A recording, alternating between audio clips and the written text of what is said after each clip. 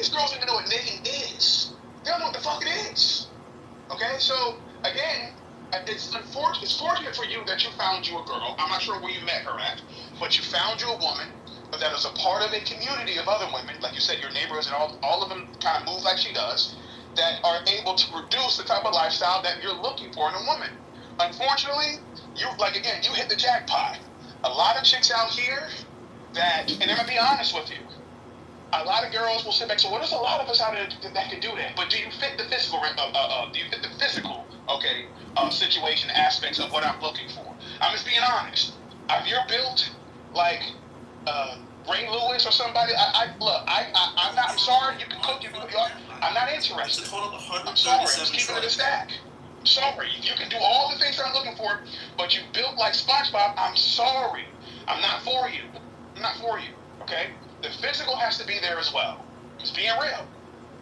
Yeah, I just wanted to say, for that knitting shit, that shit was hella crazy, bro. Because I just had to ask the white lady at my job, because I'm like, damn, my wife white, she don't know how to knit. Am I missing something? I had to ask the white lady, like, do you know how to knit? Granted, she like 60 years old. She said no. So again, I don't think that's just like a white lady thing. I don't know where you found that at, man. Well, I think it might be like nonsense. Like maybe you're right. I think I've actually realized it might be the small town Midwest vibe that most women know how to knit. Like my mother knows how to knit. My wife's mother knows how to crochet, which is a dumber version. But yeah, most women I know how to create things from scratch. So you're right. You're probably right. You guys are probably right. It is a small town Midwest vibe. My thing is, here's my problem. Oh, you don't want someone to do all this other shit for you. Here's what I got. I gotta do all that shit myself. Yeah, your house wifely duties, that shit back in the 1900s. What the fuck can you do today? That's my question. Oh, I don't need you to fucking cook. I know that shit. Don't need you to clean. I know that shit. What fucking campaign directly at 312-498-0511. What use do you have to me? What use do I have to you? Oh, I don't want to work. So what the fuck else are you gonna do? Sit at home and bitch all day about shit being bored? Nah. You need to be fucking useful. That is my problem. Hey, that is a problem. That is a problem that I have with a whole bunch of older men out there as a young man. Because I hear certain standpoints and talking points where they say, like, they need their wife to be submissive in the house, cooking and cleaning every day. But I'm looking like, bro, I've been self-sufficient since 15 years old, bro. Like, I can't even see. You feel me? So I can't even see myself like sitting there, knowing that the house gotta be clean, and I'm just always expecting for my wife to do that, or knowing that I gotta eat and she gotta eat. She gotta go to work, I gotta go to work, and always expect for the cook. I don't know what the hell these niggas been talking about. It's like niggas don't know how to do shit. It's that whole Instagram shit, man. I'm telling people. I'm not saying like it's only the women, but in general, if you look at like who has like a horrible effect on. It's like you see these women with their fucked up bodies, right? Oh, subscribe to my Lonely Trans, like $6 a month. If you're selling your pussy for $6 a month, but those are the ratings, right? It's like $6 is like, for like the brokies, right? And it goes all the way to like $20-$30. If you sell your vajayjay for $6 a month, then why the fuck should I even pay for like tap water for you at this point? $6, it's like you're done, bro. If you're doing this, right? Ludwig, if you're on a social audio chat app talking about $6 OnlyFans pussy, maybe you're cooked too, Ludwig. No, hold on. I'm almost done, bro. And then you got all these men. It's like, oh, look at this beautiful woman. Let me just give her like a little tip, like $6 and 1 single cent. And these women, they feel like, as much as they're fucking obese, they're like half the fucking weight of a Peterbilt truck, and they're like, oh, you see, I'm a 10. So their retardedness reaches a new level, so they're getting more and more stupid. It's like a snowball effect, man. It's done, bro. I'm telling you, get a dog and like a bunch of bears and you're good. Let me make this clear really quickly. So, for example, as for myself, I'm speaking for me. Can't speak for anybody else. For me, I've got to a position and a point in my life where I work a lot. Well, not as much as I used to, semi-retired, but there was a time where I was working a whole lot to get to my position, okay? Yes, I know how to cook. I actually cook very well. Of course, I know how to pick up behind myself. My house is very clean. The thing about it is that I am attracted to women that bring those attributes. Okay? So I personally, for example, I don't need you to go now. There's no knock against people that want their wives to go out there and make them up. There's no knock against y'all. Y'all do you. But for me, I don't have to find a girl that has to be able to provide currency for my existence. Not because again, I've already done that. I've already built my castle. I'm looking for a queen to move in. Already built my castle. So my whole thing is that for me, I prefer to find women that exhibit certain attributes that I find attractive because I don't need her to work because there's already money there. And a lot of times what ends up coming with women that work, comes neglect. Not just to the relationship, but God forbid we have a child. And that's not every woman. There are fantastic relationships out there that both parents work and they do their thing. That is great. Again, I ascribe to a different set of rules. Just for me, personally, just for me. No knock against niggas that want to do it the other way. Well, I get that. Dude, listen, y'all get it how y'all live, my man. Get it how you live. But for me, I personally prefer a woman who has certain attributes. Can you cook? Because even though I know how to cook, I like being cooked for. I like being cooked for. I enjoy that.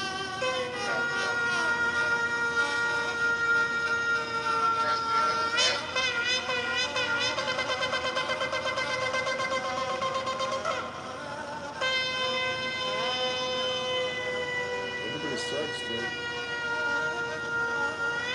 Everyone sucks. Figure it out.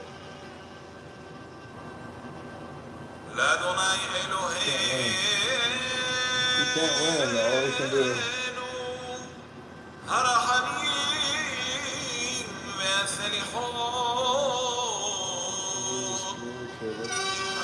Let them roast. Everyone sucks. You can't win. All you can do is communicate. Let them roast.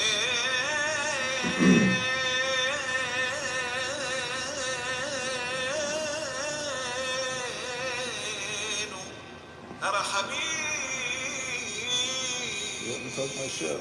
Let me talk. Let me talk.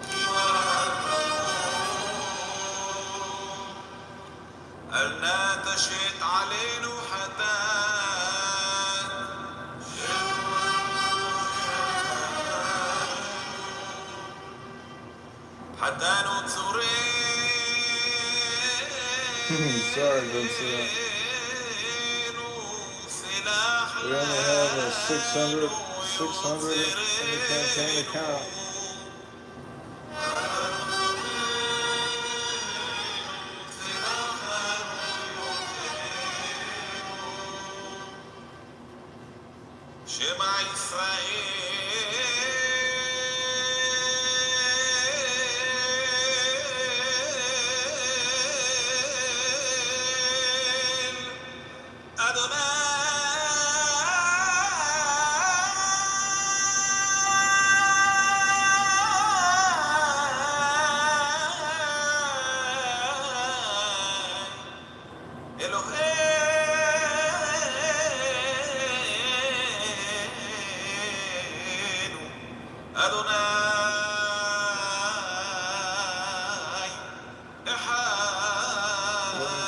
Everyone sucks. You can't win. All you can do is communicate. Let them roast. Let them talk.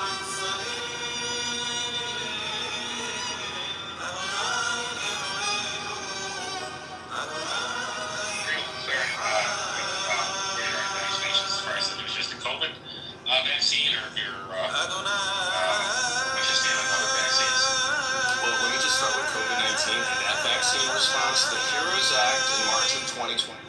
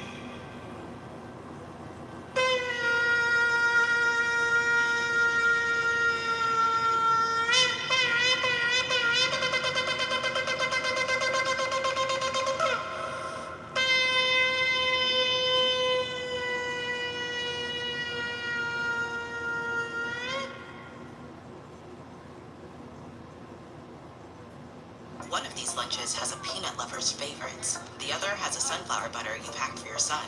You do your best to help them avoid food allergens, but accidents can still happen. Xolair is an FDA-approved injection proven to significantly reduce allergic reactions from accidental food exposures. Taken once or twice a month, it focuses on the source of food allergy reactions. For adults and children as young as 1, Xolair is effective in reducing allergic reactions to a single or multiple foods. Don't use if you're allergic to Xolair. Xolair may cause a severe life-threatening allergic reaction called anaphylaxis. Tell your doctor if you've ever had anaphylaxis. Get help right away if you have trouble breathing or if you have swelling of your throat or tongue. Xolair should not be used for the emergency treatment of allergic reactions, including anaphylaxis. Xolair is for maintenance use to reduce allergic reactions, including anaphylaxis, while avoiding food allergens. Serious side effects such as cancer, fever, muscle aches and rash, parasitic infection, or heart and circulation problems have been reported. Help reduce your child's food allergy reactions if an accident happens. Ask an allergist about Xolair. John Kitover, candidate Congressman on Politics on the Prairie podcast. What can we keep that shit? Never retweet nothing. We keep that shit. Yeah, retweet it. Retweet on X. Send your chat.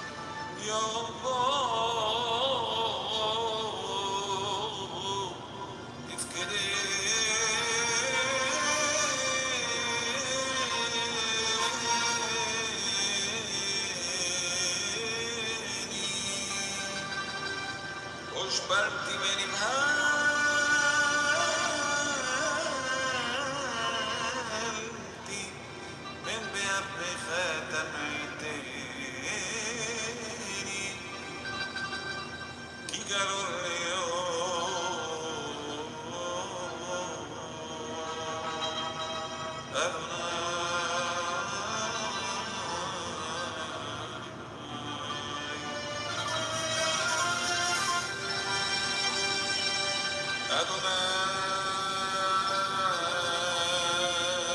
what I have. Send in the chats.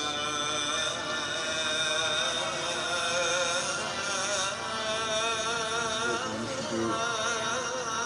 You want to do a Zoom podcast?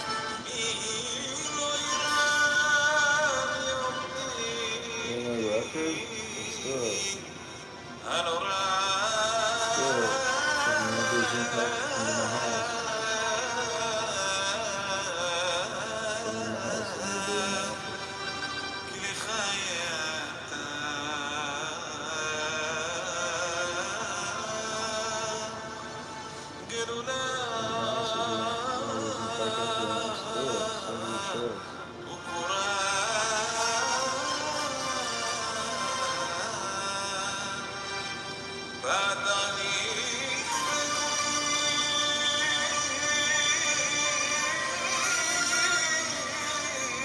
Everyone's only 600 campaign accounts, only 600 plus still.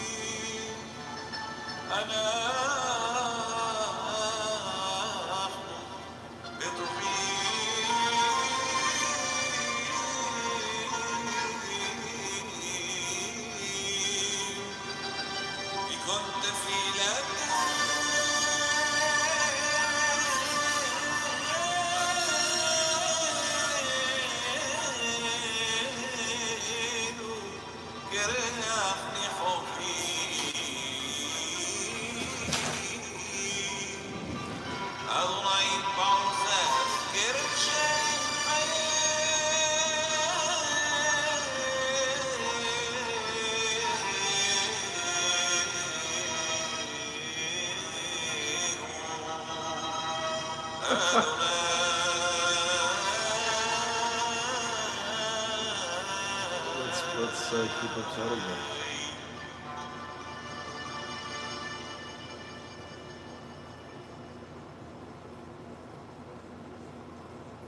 What are some of your go-tos in this game? Outside of like basketball, yeah, like more relatable.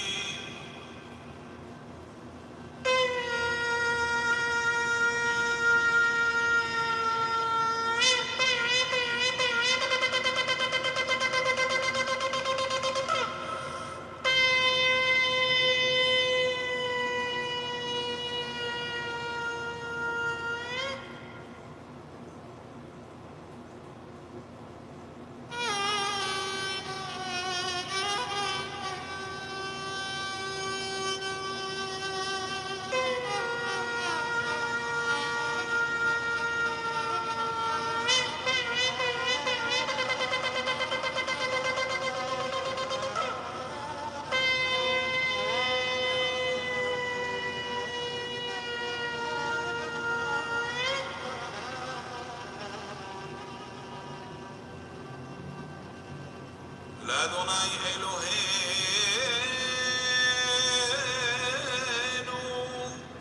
הרחמים והסליחות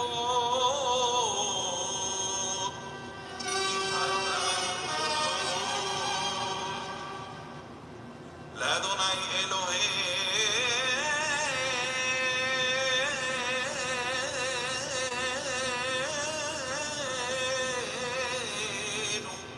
הרחמים והסליחות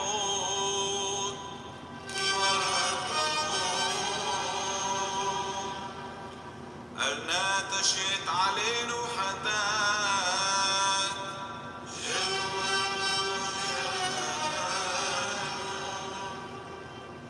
חטאנו צורנו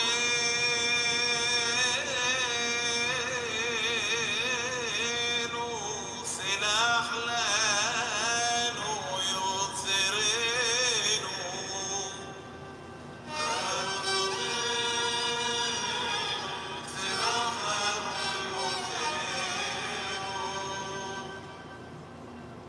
שמע ישראל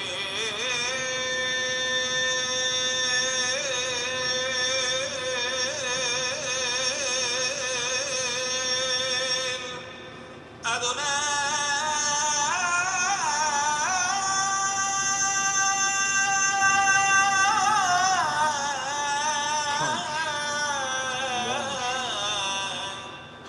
אלוהינו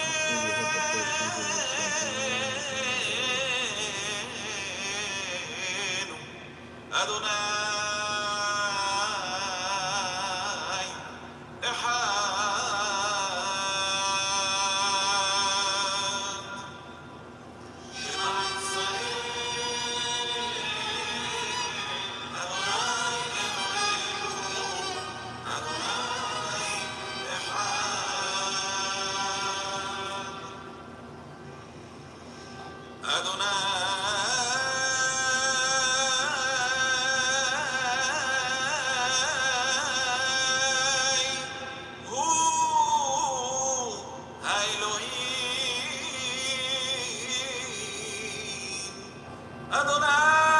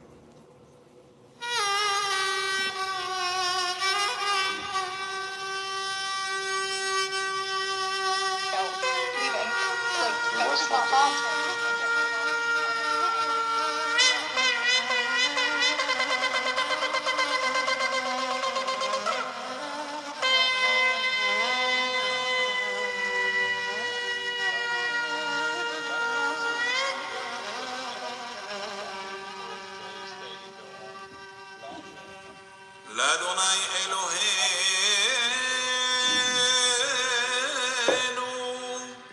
הרחמים והסליחות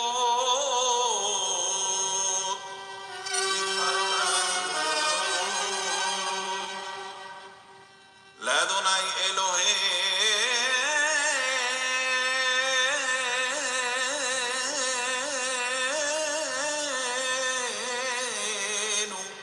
הרחמים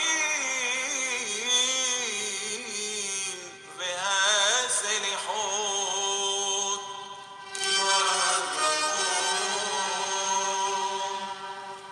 אל נא תשת עלינו חטאת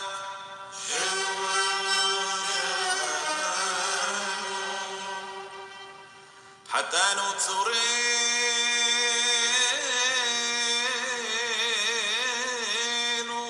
סלח לנו יוצרנו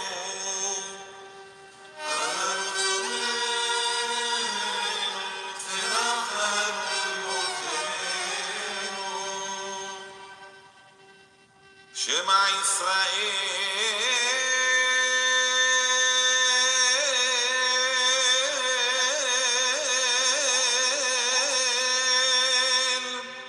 אדוני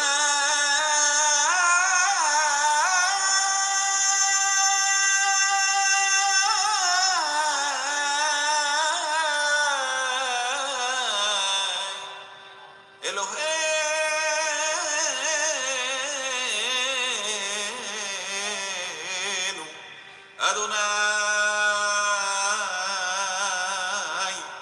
אחד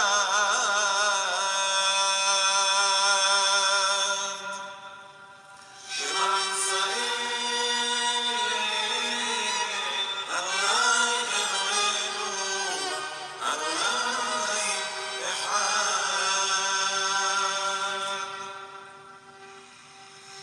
אדוני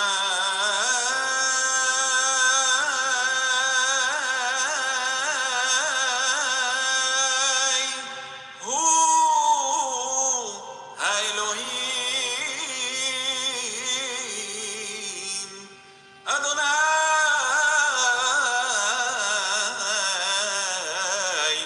הוא האלוהים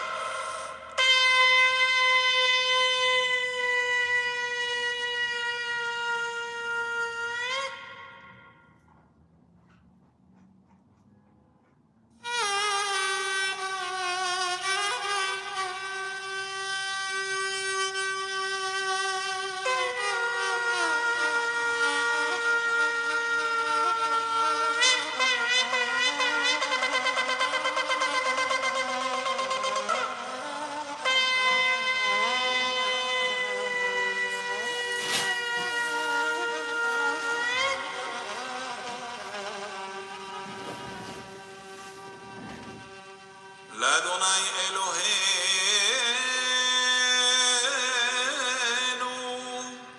הרחמים והסליחות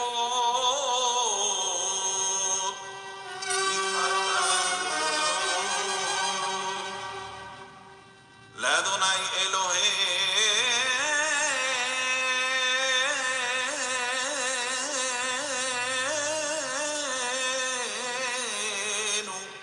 הרחמים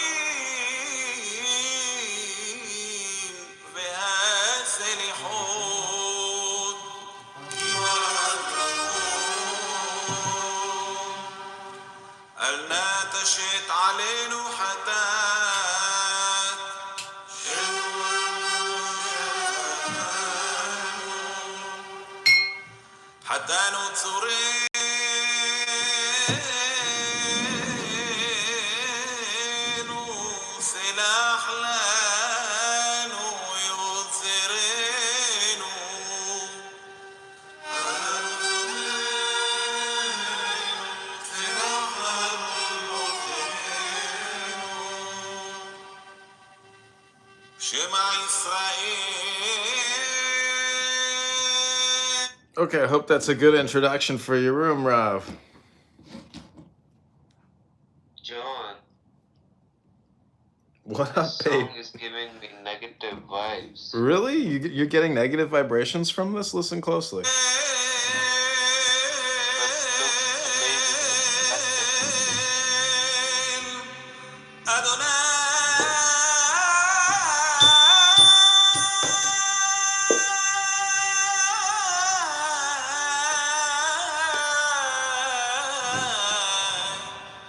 it looks amazing.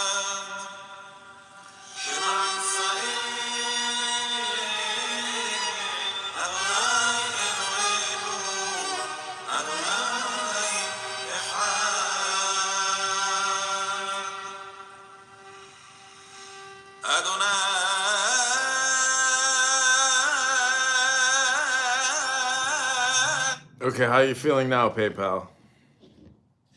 Amazing. I like the music, but little scary. Did he say God is everything?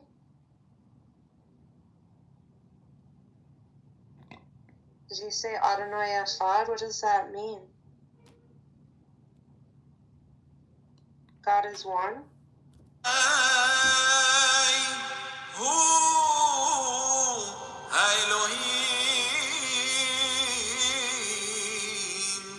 Okay, so Elohim is like God.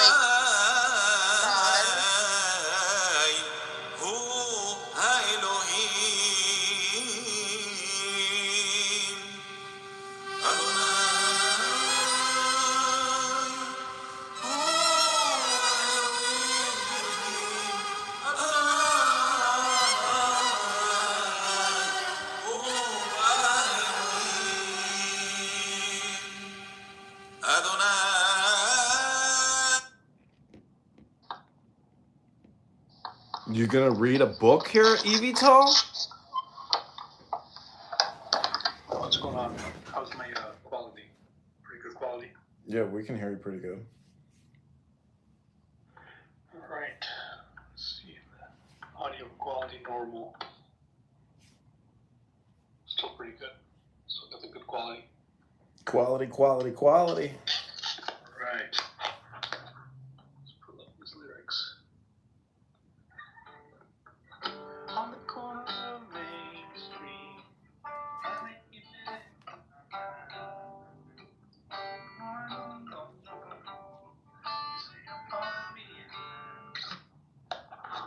you guys ever heard that one?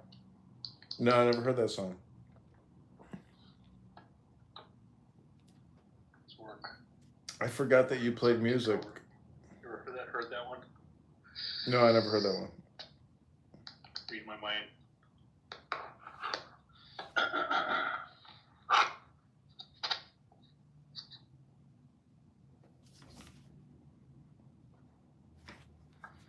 Where's that artwork from on your PTR? Is that Norval Morrison?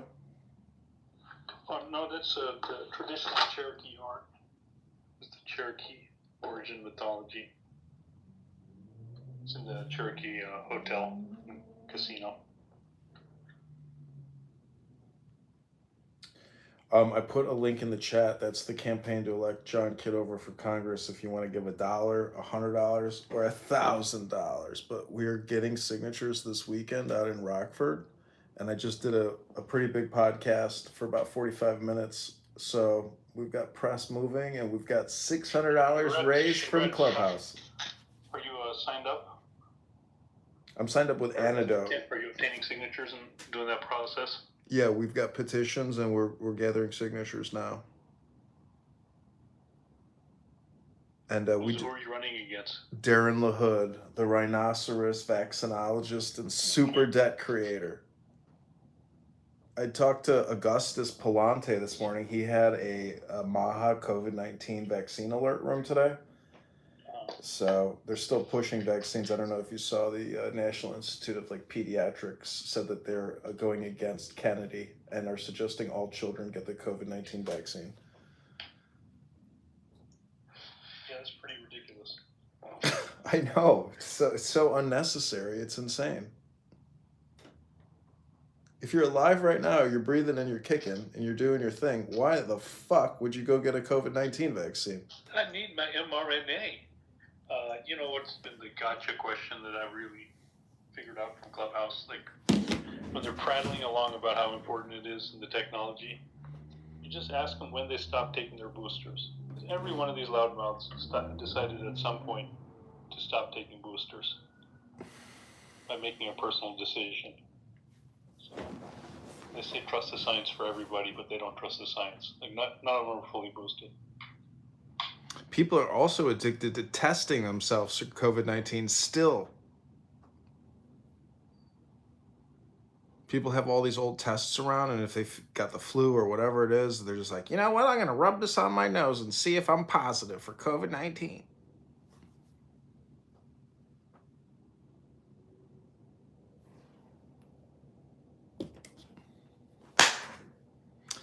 Anyways, are you going to play more? Because I got some musical instruments over here, too. I was doing earlier.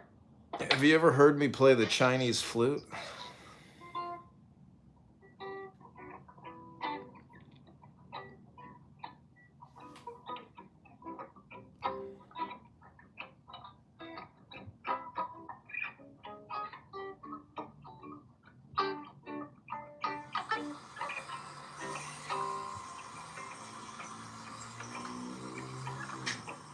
Nobody on the road, nobody on the beach. Feel it in the air, summer's out of reach. Empty lake, empty streets. Sun goes down alone. I'm going by your house, there's no one home. That's right.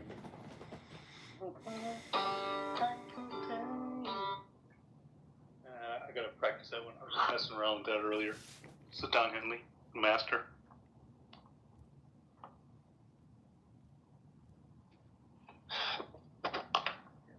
Freezing up. I need to be them. I know people that drinking. I forget the chord. Striking down all over the ground in front of me, so I felt like I had to go live. Maybe document my first lightning strike.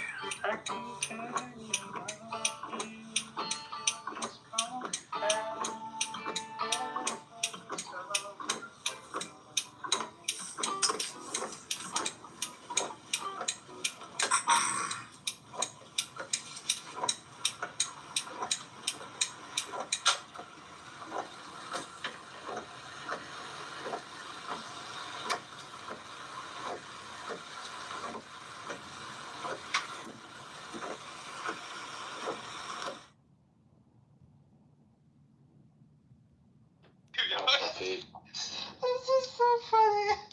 I love when Arabs roast each other. The thing is more hilarious than that. الله المطلوع حصابه جون الله حبيب قلبي. What the fuck, John? What's going on? John Kitover. secret agency, dumbass nigga. John Kitover. شنو هذا حرر إسرائيل؟ كيف حالك حبيبتي؟ كيف حالك حبيبتي؟ Oh my gosh, hello. Yo, R. Hello. What's up? My name is Adam Ferrari, Chief Executive Officer of Phoenix Energy. For real? I look forward to you joining us. Left. Man, that's all good, but he can use it later. Yeah, he's using it. He can share it with his family. Yeah, محمد صلاح بالقهوة بعد. Yeah, Muhammad left. Oh, Yo, Penny. Yeah. Let me talk to your boy Fifi. Have your grandpa. My grandpa? Why are you saying your? I mean, he's the grandpa, not you. But why are you saying your? He's not, I that take old. it back. Penny. He sounds. Sure. What was the first thing you do if you wake up you a guy? To be honest, I've always wondered how it is to actually pee. To have a dick and pee, like, to urinate. You have a little tiny clitoris. Your little clitoris is like a little penis, and when your little clitoris is to take a pee pee, you make a pee pee through your little clitoris penis. I would pee on everything. John, بتنجح من وين نحكي Sorry, I'm getting tears. I can't do this. Don't drop that, my friend. Hey, go ahead. David. Yeah. No, I'm saying I would actually pee on everyone and everything. I would love to know how it is to have a dick. I would love to know how it feels to get an erection too. I can chime in. I said I want to know how it's not to feel it. I want to feel it to have it. No, okay, I'm gonna go here.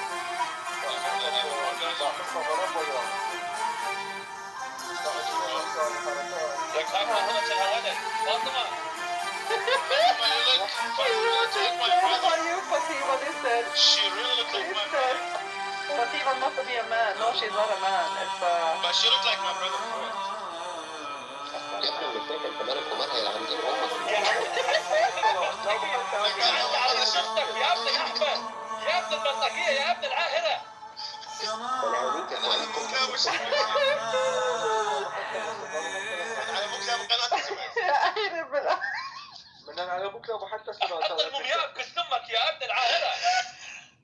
طب شيل صاحبي بقى وانت اسمك بتكلم. حتى سرعة. شوفك وطيه كشري.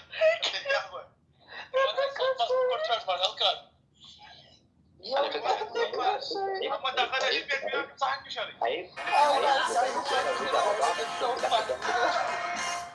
تعبنا بقى رجالة ونيجي على بعض عشان نضحك واحدة بنت محتاجة زي بيني دي. تستخدم شعير أخي شرموطة بدريك أنا أمك. تسألها عن البيراميدز بأيري أخي الشرموطة. بدي فوت البيراميدز بتيزك ودفك 363 بالشرموطة.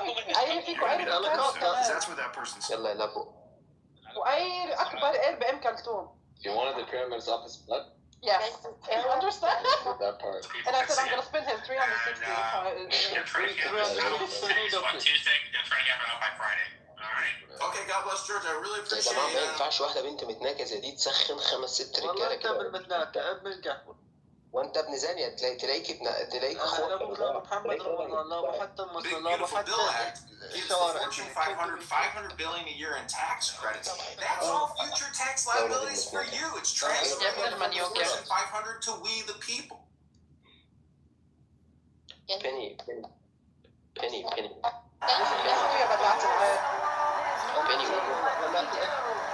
So you would like me to suck your dick, is that correct?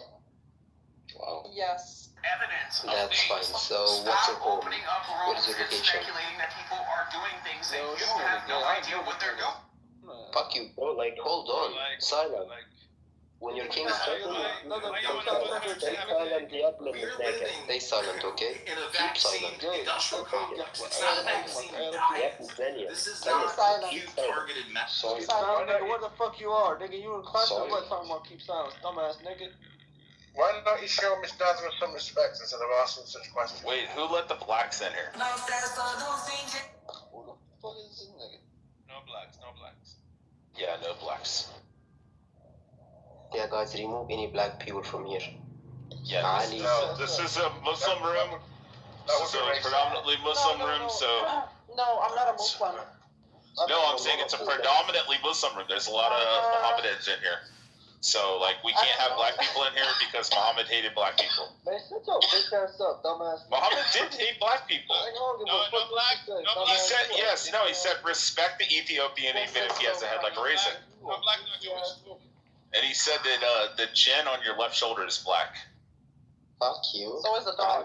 Use a left shoulder. By the way, يا محمد هلا أنا قلت لك يا ابن الشرموطة لأنه أمك هلا Exactly. يا ابن المتناكع يا ابن القحبة بدي فوق كثير عالي بديت امك يا ابن الشرموطة بدي ليك لامك وبدي فوت البيراميدز بامك كمان بدي احطك on top of the pyramids يا ابن الشرموطة ورح تجيب عالي ليك كمان كس اختك فقيرة يا روحي عليك. كس امك. Sorry guys. Wait, Penny, do you believe that Muhammad sucks dick in secret or in I have public? respect for all religions, though. I don't. No, this Muhammad, the Muhammad from Egypt. Oh, sorry. Wait, I want to say something. Next Yeah, I mean, we all know that Prophet Muhammad sucked dicks, but No, hey, he did. And I and I saw the Prophet kneeling down, lifting up the gown of Al-Hassan, spreading open his legs, and kissing his baby penis. That's what it says in the Hadith. Okay, wait, hold on. Let me tell you something. I mean, that is what it says. You know why Jesus never had sex before? No, Jesus, because Muhammad was too busy fucking kids. You know no, Jesus, he's not even a Christian. He's not a Christian. What he is? 85. Why is it exactly? Why is it? Yeah, I know, right? Yeah. All that. You Turkish whore. So listen, 85. I have a question. Why does it say that Muhammad went down to the river with a young boy, and when he would, after his prayers, he would come back and Aisha would clean him up, saying Come on. Hey, Muhammad, you know it's true. Your prophet would come back covered in semen stains. Fuck you, man. Like, oh. Here it says No, it's not. Are you Armenian? No, it's not. Shut the fuck up. Are you Armenian? Left shoulder, do not talk. You Armenian, nigga? Fuck Do not talk left shoulder. Nigga, you a whole geek. Bro, you a left shoulder, bro. Muhammad hates you. Prophet Muhammad said you're a dog. Fuck your country, fuck your kids. قصتك انت ومحمد. Fuck your bitch ass nigga. Turkish or faggots? Nigga, Armenians are faggots. Bitch ass nigga. You want one of them. Istanbul's a rat hole. Nigga, you start that field, bitch ass nigga. بعطوني راديتر. ده شوية صعد. طلع عن الزجاج. لا تتجاوز. Get your bitch ass down, nigga. Who the fuck is انت كعبان. Hey, Pookie, Hey, Pookie, where are you from? Pookie, ده خدناش. ده الحين كعبان. ضد المدرسة. خدناش وياه. Bring that Turkish man. Bring that Turkish gay back, please. Pookie, ده الحين كعبان. عليك على قصتك يا ام العيورة. تنحي. Hey, Pookie, how you doing? Pookie, يا كعبان. Pookie. Bring that Turkish.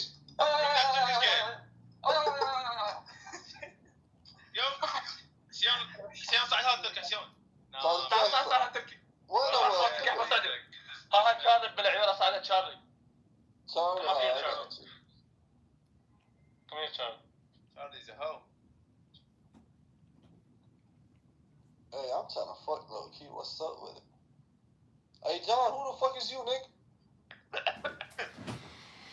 I'm just here living my best life, Habibi. كيف حالك حبيبي؟ علمك حبيبي. كيف حالك حبيبي؟ علمك حبيبي. وين متحطة الحجاز حبيبي؟ كيف حالك حبيبي؟ وين محطة الحجاز حبيبي؟ اي والله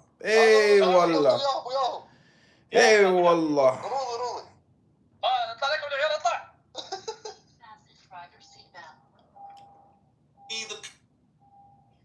Charlie, I swear to God, if we go train on your dumbass, we make you fucking walk sideways, dumbass bitch.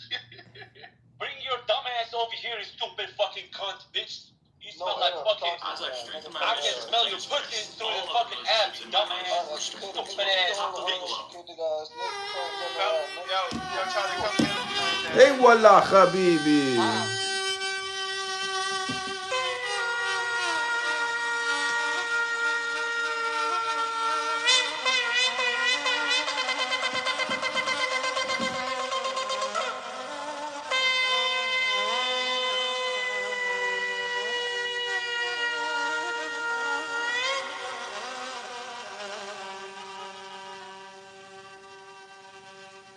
לאדוני אלוהינו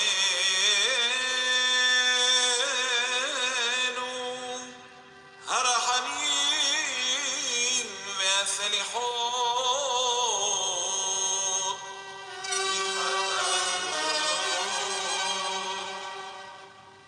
לאדוני אלוהינו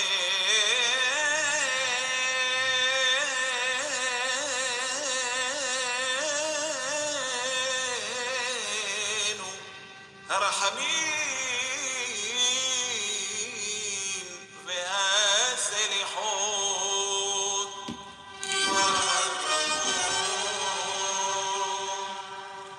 אל נא תשת עלינו חטאת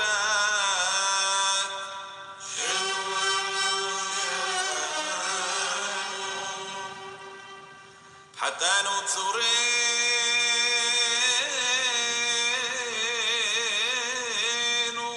סלח לנו יוצרנו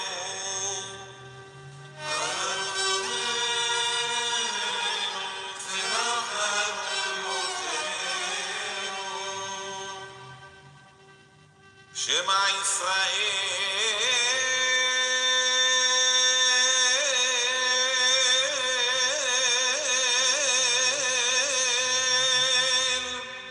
אדוני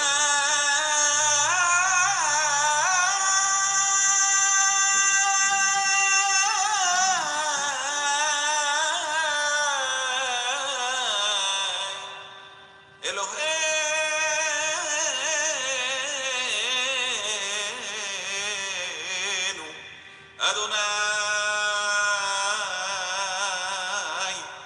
אחד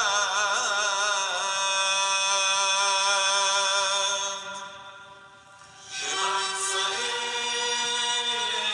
אדוני אלוהינו אדוני אחד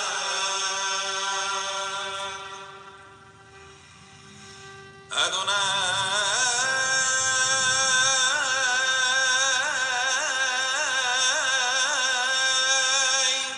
הוא האלוהים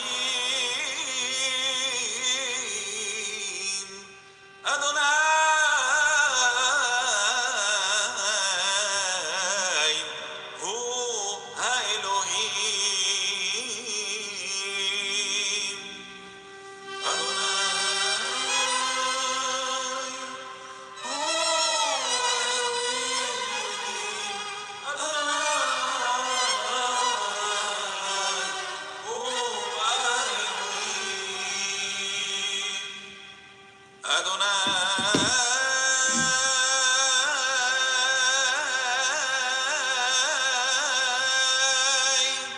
הוא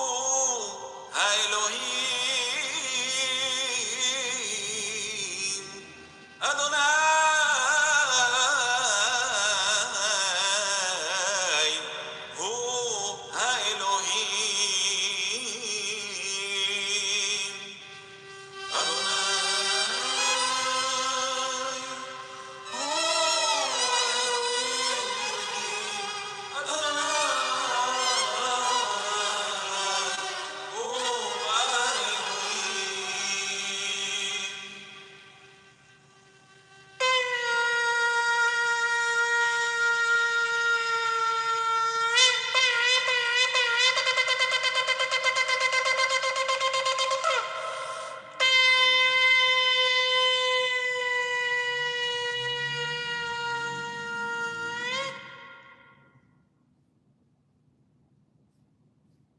One of these friends can order whatever she wants from the menu. The other has food allergies. You do your best to avoid food allergens, but accidents can still happen.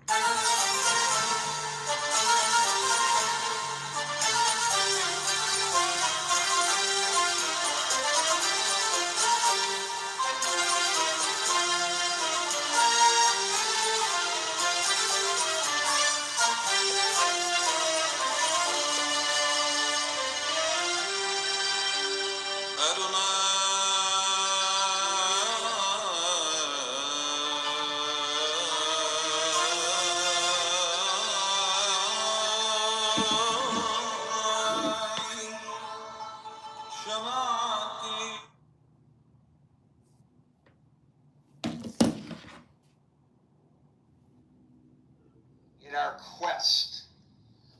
Truth, Jesse, Honest, John, Jay, oh boy, Kaparobor,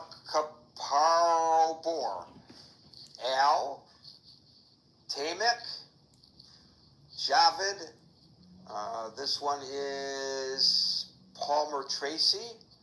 I bet you that's Tracy Palmer. And William, welcome to the Critical Thinking Forum. So, this is where I get to tell you the room rules. We're here Monday through Friday from 5 p.m. to 6 p.m. New York time. By the way, tomorrow I'm going to be using a different interface.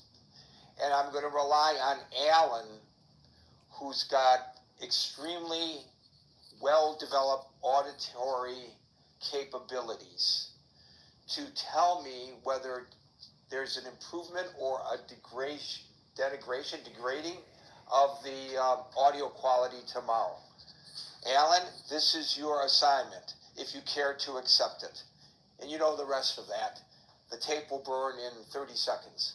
Okay, so anyway, we're here Monday through Friday from 5 p.m. to 6 p.m. New York time.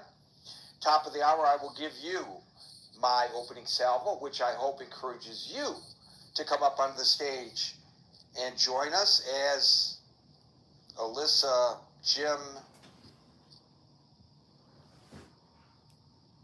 and with great trepidation, John, the perpetual candidate. Why great trepidation, Gary? I'm inviting him up to the stage, Scott, because he's your friend, and I am going to hold you responsible for his conduct. I will gladly be responsible for my good friend, the candidate, Congressman hopeful, John Kitover. I will tell you one thing: if John gets elected to Congress, you think when George Santos was there, Congress was, an interesting place to watch? You think that Marjorie Taylor Greene? Wait till John gets in there. They're going to say those people were vanilla. He's nothing the real vanilla compared to John. Vanilla. Okay, and John, no more memes in the chat. Thank you. I know you'll probably come back under another nickname. We do not want memes in the chat. It's a serious discussion, and we will keep it that way. Anyway, boy, I'm going to run out of time here. I will call people in the order in which I see them, which may not coincide with the order in which you see yourself. Worry not if it appears that I've skipped over you. I always get to everyone. Unlike many of the other rooms on Clubhouse, we speak one at a time, and we endeavor to not interrupt one another, and we endeavor to treat each other with a degree of decorum and respect, and for that, I thank you in advance. Generally speaking, after people speak, they're removed to the stage to the audience, not punitively, but so that I can maintain the order without getting lost. If this happens to you and you want a second go at it, raise your hand, time permitting. You will be given a second opportunity since we are here from 5 to 6 p.m. New York time at about 5 minutes to 6. We will no longer be inviting people onto the stage, but if you're already on the stage and in queue at the 6 o'clock hour, we will go into extra time to give everybody an opportunity to speak. Welcome to the Critical Thinking Forum. That's the fastest in history. A new record by Gary Baumgarten. Caper, John, welcome to the stage. I don't think I'm going to have time to welcome people individually who have subsequently joined the audience, but welcome to you all. And Tiger, congratulations for having the fortitude to come up to the stage after yesterday's discussion. Marad, welcome to the stage. Seconds away from starting at the top of the hour, literally. Barbie, welcome to the stage. Welcome to the Critical Thinking Forum. We're here Monday through Friday from 5 p.m. to 6 p.m. New York time. Today I wanted to delve back into what's really going on with Mr. Putin. And I think now, there was a lot of speculation when he went to Anchorage about whether that was all form and not substance. And I think a lot of that was a criticism of the president, but really, the critique should have been, I think, and I think we're all potentially guilty of this, if I'm correct in what I'm about to say, the critique really should have been about Putin. Because it seems that Putin is playing the president. He's playing Zelensky. He's playing the European community and NATO. He is playing the world. I don't think he has any intention of meeting with Zelensky. I don't think he has any intention of ending this war. His intention is exactly what it was when the first time they invaded Ukraine, and then Ukraine was promised security guarantees, whatever the hell that means. You know, we say things, and it sounds great, but what the hell does it actually mean? And, well, we gave them the security guarantees, and what happened? Well, Russia, just when he was ready, just marched right back in, literally. And so what were our security guarantees anyway? But the more important thing is what's going on the ground right now. And I think those of you who have been watching the chat probably are not surprised that I am moving in this direction, because the day of the meeting in Anchorage, while they were meeting, they intensified their attacks on Ukraine. And the subsequent day, they intensified their attacks on Ukraine. And I wrote in the chat, and folks who are uninitiated, the chat is linked above. It's a Facebook Messenger chat for Critical Thinking Forum users. It's open 24/7. Feel free to join and participate.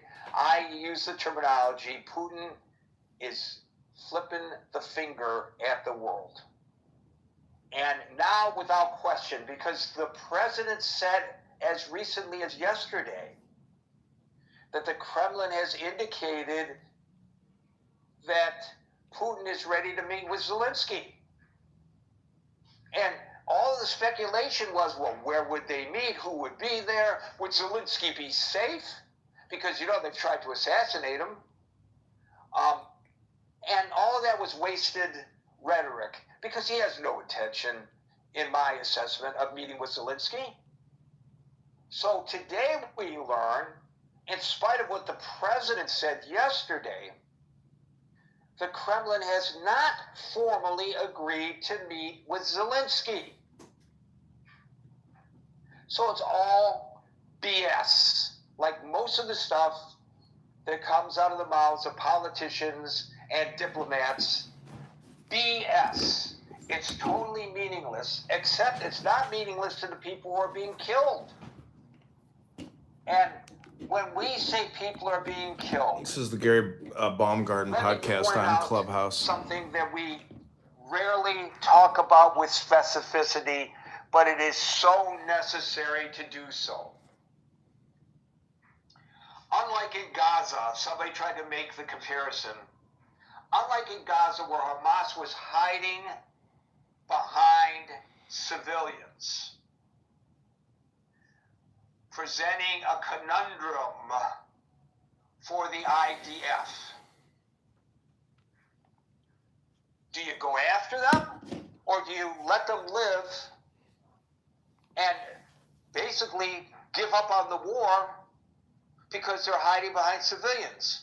So what Israel tried to do as best as they could, with some success and with a lot of lack of success, they notify the people who were living or working or whatever in that facility were coming, get the hell out, and then they would attack. And of course, when they warned them, of course, they were also warning Hamas. So many of the Hamas guys, as soon as the warning came out, you know, the people fled the building, and the Hamas people went underground, literally, to tunnels that were built under the buildings. Okay, fine. But there was a reason, a rhyme, a reason, whether you agree with it or not, as to why Israel attacked what appeared to be civilian populations, despite their attempt. And by the way, they did the same thing in Iran. They did their best to minimize civilian casualties there. This is not what Russia is doing in Ukraine. And if we want to have moral indignation about the way the Israelis are prosecuting this war in Gaza, and people have the right to take that position. Whether I agree with them or not, they have the right to take that position. It's a legitimate position to take. Why are there not demonstrations on the street over what Russia is doing? Because there is zero justification for their attacking apartment buildings in the cities of Ukraine. There is a military force that's not hiding behind civilians. They are out in the open. They are at the front, and that's where the battle is supposed to take place. Although it should never be taking place, of course, because it's an invasion of a sovereign nation, but that's where the battle should be taking place. Where the hell is the indignation over that? So at a time when he is saying, oh, I want peace, and the President of the United States is saying, I think Putin really wants peace. I think Putin really wants peace. I think Putin really wants peace. Then why is he accelerating his attacks on the civilians? That's not an indication that he wants peace. And by the way, Leon Panetta said it best today in an interview on CNN. If Putin really wanted peace, he would agree to a ceasefire and then negotiate. That's how it's done. No, instead, he increases the attacks, and then they put out a statement accusing Ukraine of accelerating the war. That's exactly what the Kremlin did today. Point the finger at the victim. By the way, there's a parallel there when it comes to Israel, but we're not talking about Israel today. But I threw that in anyway because I felt like it. Putin does not want peace. Putin wants a military victory in order to get territory that he wants, and until Zelensky is willing to capitulate and agree to this so-called land swap, which is not a land swap, it's swapping occupied territory for unoccupied territory. That's what their vision of a land swap is. It's a land confiscation. They're attacking in one area that they could get in order to get Ukraine to agree, because they want this war to stop, Ukraine to agree to say, okay, stop. Give us our land back, and you can just take our land over there, which is mineral rich. That's what's going on. Give Putin some creds. He's freaking brilliant.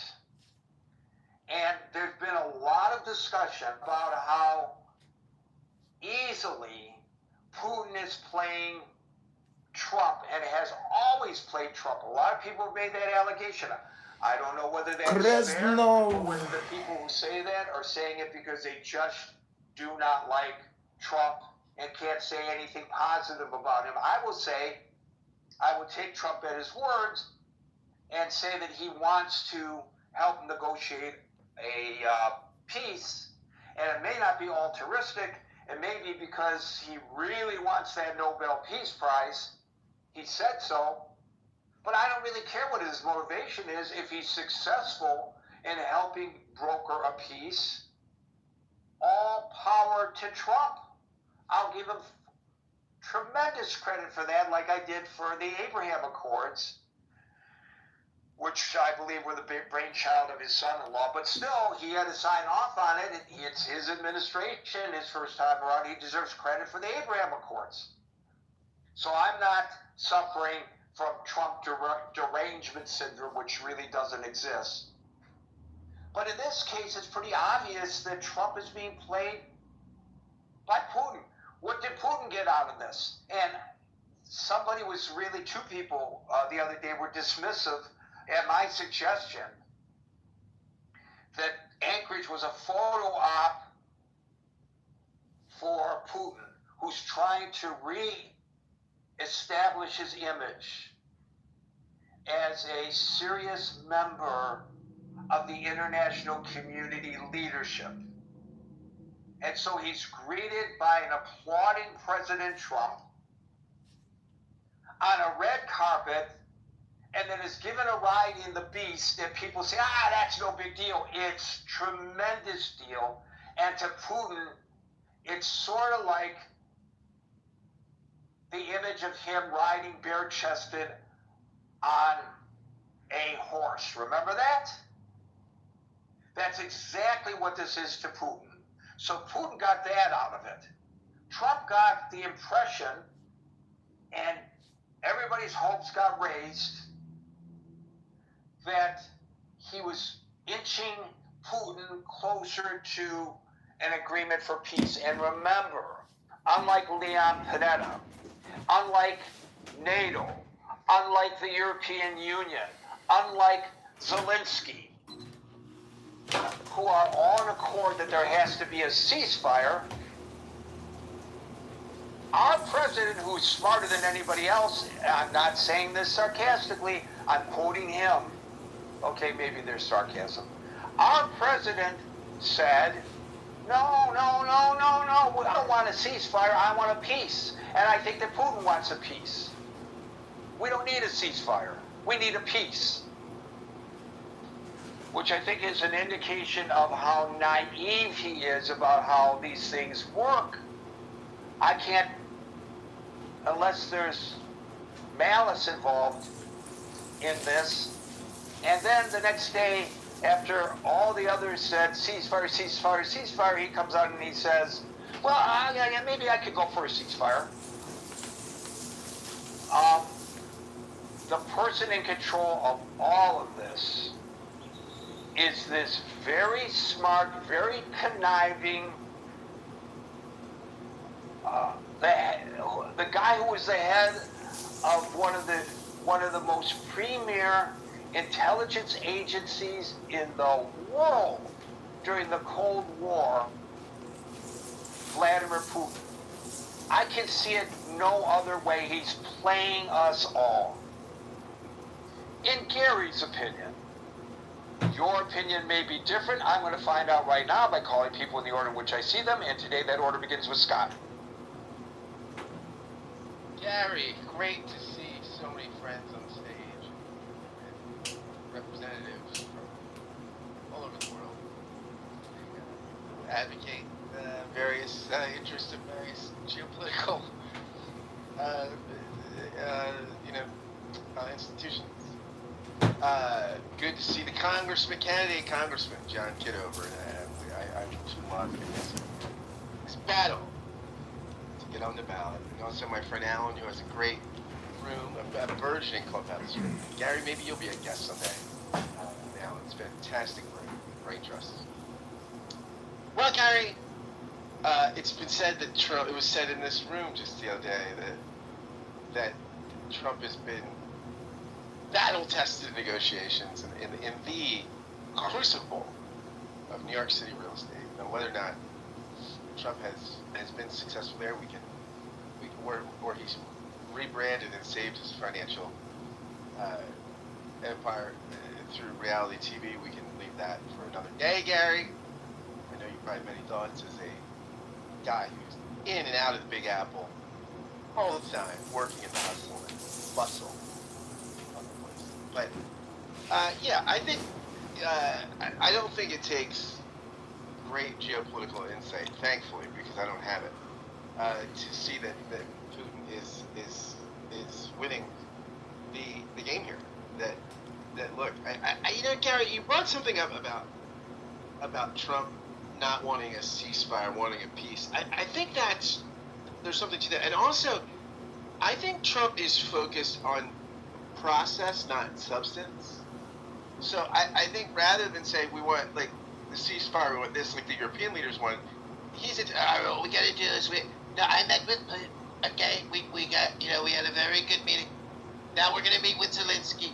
Then we're gonna meet here, and as if that just the meetings themselves are an accomplishment, right? And that if you just sit down enough times, that there's some kind of automatic result, and that result is some kind of just peace, right? And I say that again, a just peace, right? I mean, Martin Luther King said, that peace isn't the absence of conflict, but the presence of justice, right? And as you said earlier, Gary, this is an unjust war. This is a illegal, unjust war, and any concession is a moral tragedy. Now, I'm not saying that concessions might not have to be made, but as I said before, when some of the folks on this stage that pop in talk about the fact that we have to make concessions to Ukraine, they do it with a little twinkle in their eye, almost like they're rooting for Russia, which is fascinating to me. I mean, they don't say it as if they're sad. It's tragic, but we might have to concede something. They're almost giddy at the fact that they don't think Ukraine has prospects. But yeah, I think you're right. I think Putin is playing, or at least what you propose is a possibility. Putin, I think, is playing Trump like a fiddle. I think Trump, somebody posted that thing from 2013. Remember when Trump was holding the Miss Universe pageant in Moscow, and he tweeted out, I'm holding, will Putin attend? Will he become my new best friend? This is a killer and a tragic and terrible person. In 2013, Trump wanted him to be his best friend. I mean, this is weird, right? I mean, that's strange. I hope we all think that was strange. By the way, I think that Jeffrey Epstein was probably upset by that because he was his best friend. Yeah, of course. Well, I mean, Putin's got a lot of good-looking girls, so it's I think he can eclipse Epstein. But I mean, I don't know why people don't find things like that. Some of the Trump stories just don't find that disgusting, right? But they don't apparently. It's as if it's like what Trump said. Like, I can go out on Fifth Avenue, okay? I can shoot somebody and I wouldn't lose a single vote for my supporters. He's right about that. I mean, Trump has been right about many things, and one of them has been the absolute near. I think he said he wouldn't be arrested, and maybe now with the latest Supreme Court. That's true. The problem is the Supreme Court is ruling they can't lock Obama up now for all the planning to steal the election with all the Russian propaganda. The great Tulsi Gabbard. By the way, one of the finest looking people to ever be in the cabinet. Tulsi Gabbard, I don't give her that. She's lovely. And Kristi Noem used to be more attractive until she had this fascista kind of makeover. I mean, she was a much lovelier person as a governor. I thought her fashion sense and just her own sensibility for makeup was just much better. But I digress. And we know Kristi Noem's not a dog. So I think, I don't know what to think. I think it's clear, right? Is to get a chunk of Ukraine, to make sure Ukraine never enters NATO or the EU, and to make sure that he's got to weaken Europe, right?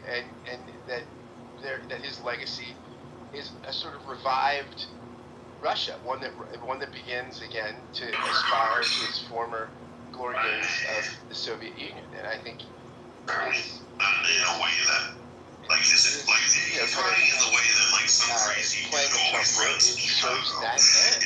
And Gary, I agree with you. It's a huge deal. It is a huge deal. People die to get a meeting, right? Despots always want a meeting, especially on U.S. soil, right? Because it grants legitimacy to people who are viewed as illegitimate.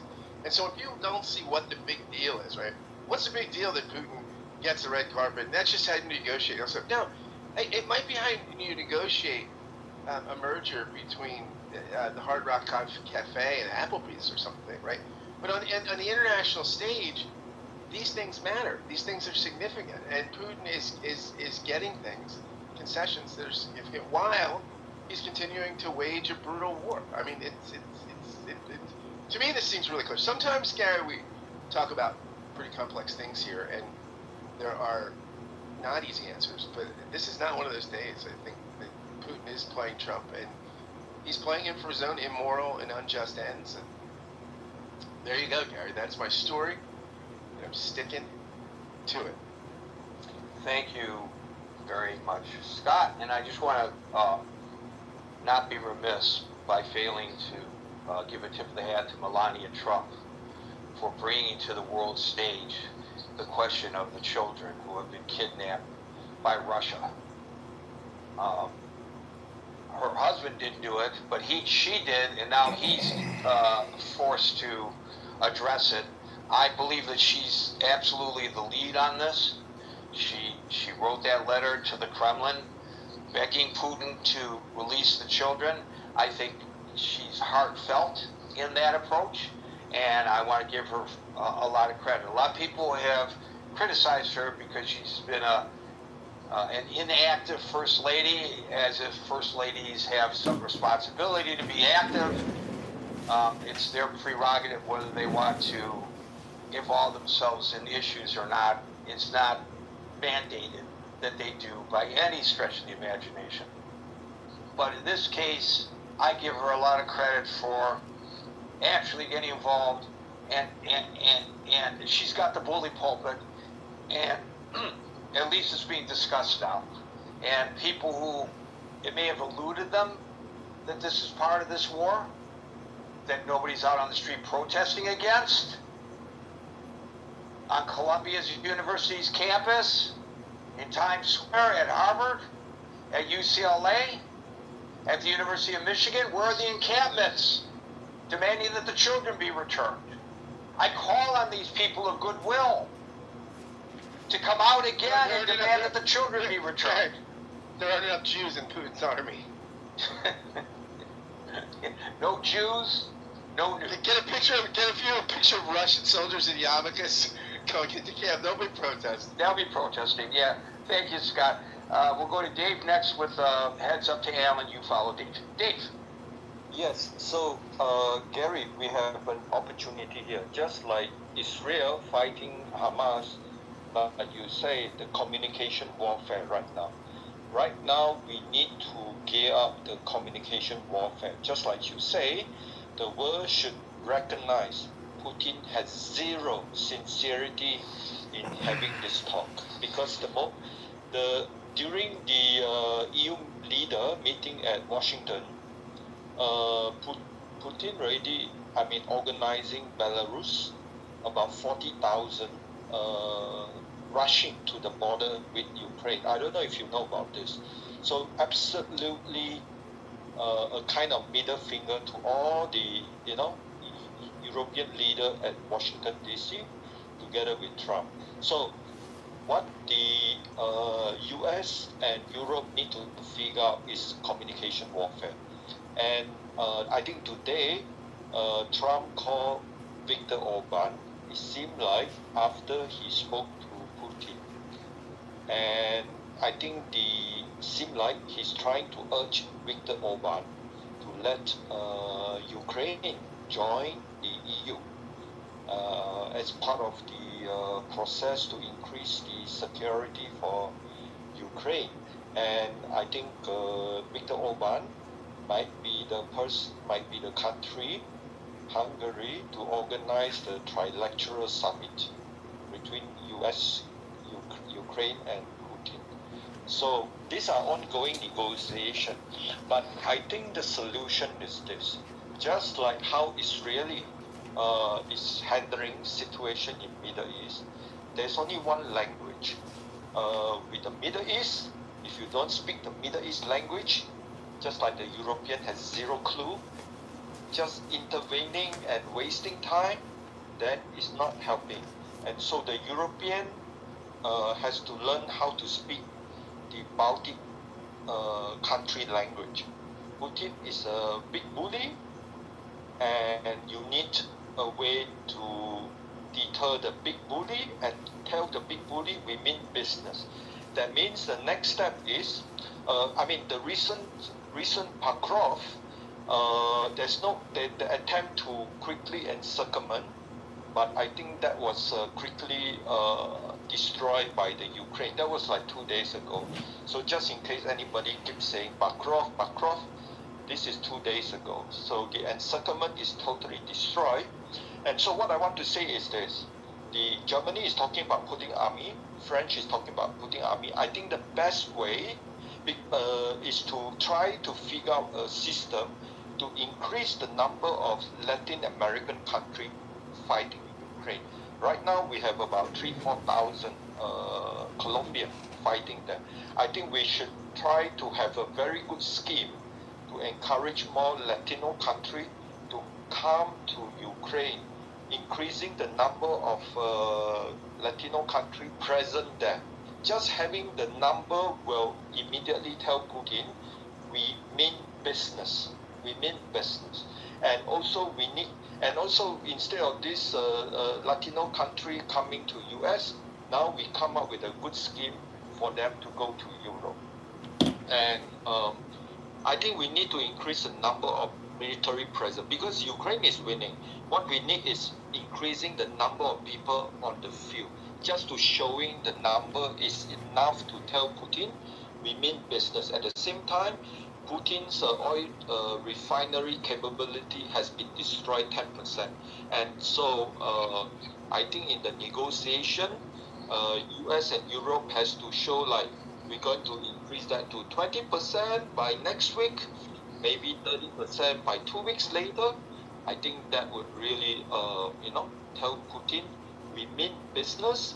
And then we increase the communication warfare to address the populist, favor a little bit of Russia. So, but basically, just like Russia in Israel, identify the strategy of multi-front war and work on it one by one, just like what Israel has achieved. All of them is gone. So Dave, you bring up a very interesting point, and I want to expand on it just a little bit here. And that is, they're talking about any peace proposal must include security guarantees for Ukraine. And that means all these countries will ensure security for Ukraine. Now, what that exactly means, I don't know. Does it mean that they'll actually send troops? Does it mean that they will defer to UN peacekeepers who are not allowed to fire around unless they come under attack?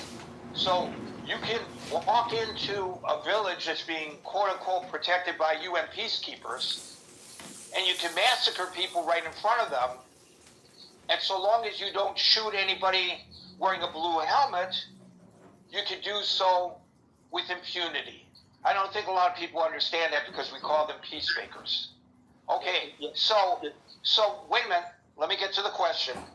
The question is, why the hell, if people are talking about security guarantees for Ukraine in the future as part of a peace plan, do these nations have to wait for, you don't need Putin's agreement to provide security for Ukraine. It's happening now. It may or may not happen in the future following a peace. Knowing Putin and whoever the subsequent leaders of the Kremlin might be, based on past experience, it would just mean that they'll bide their time and invade again. But okay, why, if you're so concerned about a security guarantee for Putin, why don't you unilaterally, what do you need? I mean, for Ukraine, why don't you just unilaterally do it now? Why do you have to wait for Putin's approval? What is he, your daddy? So agree now. Make a security pact right now. They don't have to join NATO. I agree with Putin. We don't want them to join NATO. Fine. But the NATO nations, not acting as NATO, could say, we're going to provide a security pact. They can all sign on to a security pact for Ukraine and go in there right now. And by the way, the president said, again, changing his position from one day to the next. He said one day that he would consider sending U.S. troops in as part of his security guarantee. And then he said, no boots on the ground, but we'll provide air support. I don't know what air support means, but if it means dropping bombs on Russian troops, if you really are saying that that's what you're going to do, why wait? It's happening now. Why not? I know I'm going to sound like a warmonger here, and people are going to say, oh my God, if you do that, you're going to start a direct war between the United States and Russia, and you're playing around with an itchy finger on the nuclear bomb and all that kind of nonsense. And maybe so. But I'm just saying, then if that's your concern, based on what I propose, then that will be your concern the next time we go through this, security guarantees agreed upon or not, right? So what does it mean, air support? Why do we have to wait? When I say we, I don't mean the United States. I mean the world community. Yes, Dave. All these European leaders, including Trump, they fear the most is putting boots in Ukraine because they fear the opposition coming from Democrats, coming from populist population in Europe. So that's why no waiting, Gary. Speak the language. That is immediately send Marco Rubio to Latin American country, figure out an incentive to bring as many Latin American trained soldiers now just to go there.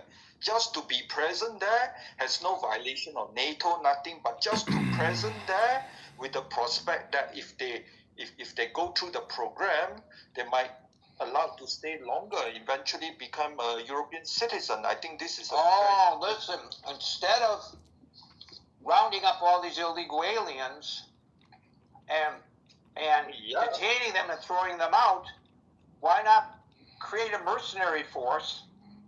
And if they join the mercenary force and they go to Ukraine to fight the Russians, if they survive and they come back, then we fast track them to U.S. citizenship. How about that?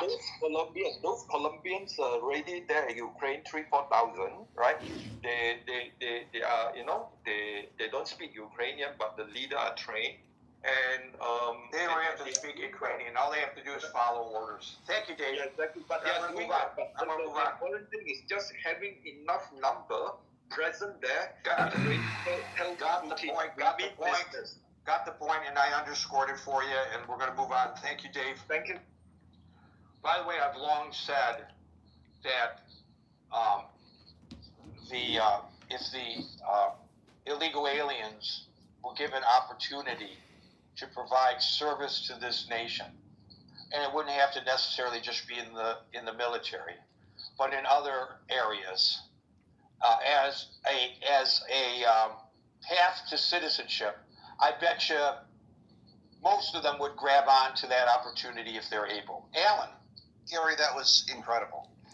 First, I do want to thank my good friend Scott for his reference to my form, and also for his reference to the beautiful women in the cabinet. I mean, we've had Frances Perkins, we've had Janet Reno, we've had Hillary Clinton.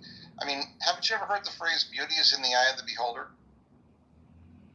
Okay. That's interesting coming from you, but go ahead. Okay. I accept your invitation. I appreciate being included in your forum. I would say sound is not the most important thing, but the UI to Clubhouse, and I hope what you're going to get, it only affects it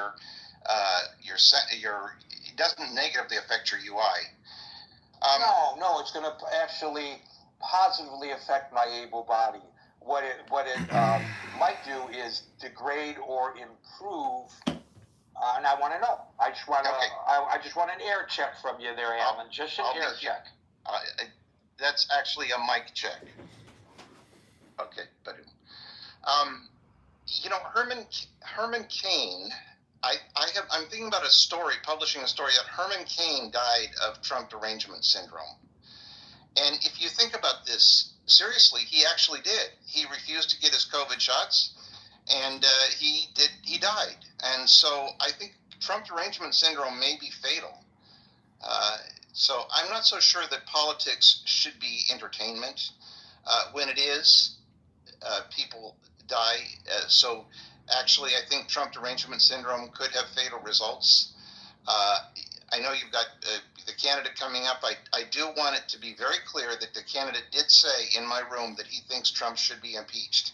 And I do have it on tape. So he can't go back on that. Here is a Republican who believes Trump. I hope you guys hear that clip because I'm screaming my head off. I'm asking him if Congress should arrest and impeach Trump. He's like, yes, yes. Why those who don't know history are I cannot believe it, but Thomas Massey is currently on this guy's crazy X account. I don't. Bush Jr. I mean, I could only speculate. I have thought that when they talk about victims, now they may consider some of these billionaires who got caught up in this to be victims because it would be embarrassing to them.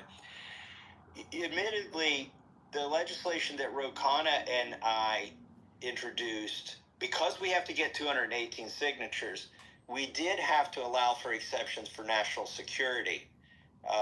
But I think there's still a space in there where they are obligated to disclose if Epstein was part of our national security apparatus or Israel's national security apparatus.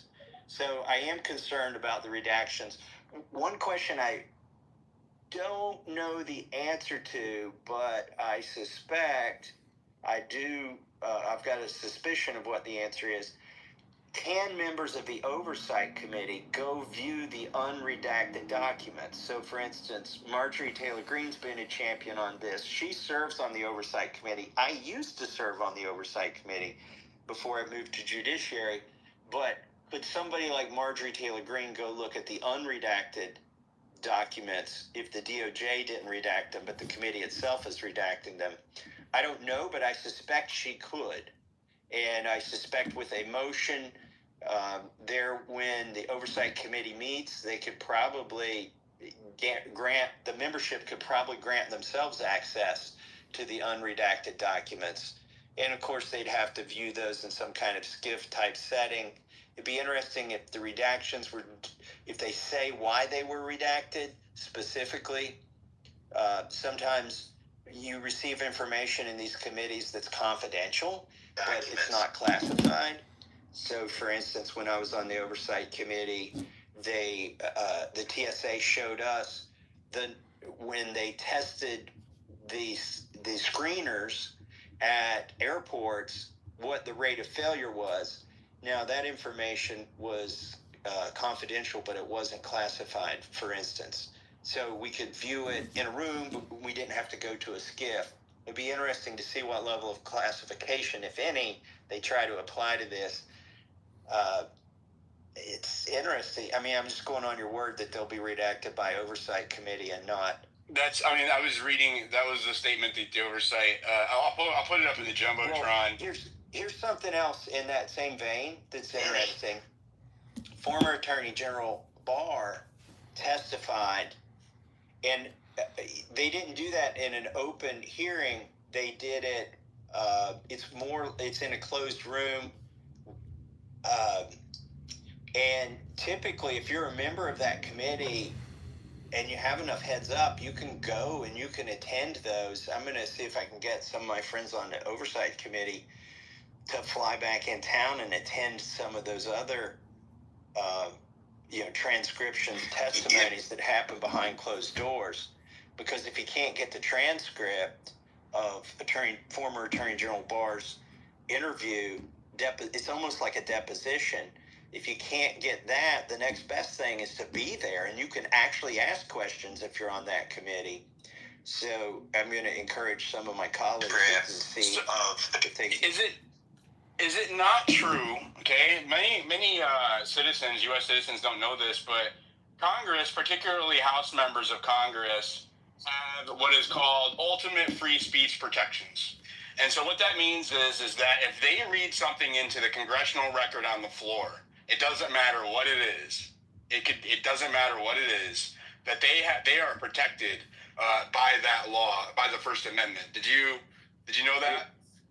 It's not the First Amendment. It's called the Speech or Debate Clause, and it is in the Constitution. And so you have a super First Amendment powers if you're in Congress. There has to be a legislative nexus.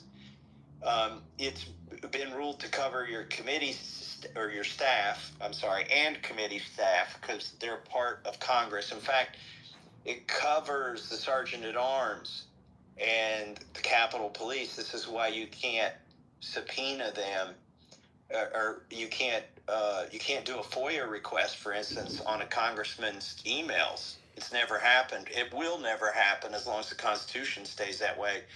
And it's an important, I mean, I know everybody tends to want Congress to live under the same laws as the rest of America, but our founding fathers decided that it was important that congressmen couldn't, for instance, be sued for defamation for anything they said on the floor of the House. They couldn't be put in jail for releasing national secrets if it's said on the floor of the House. And I know what you're thinking, but here's the problem.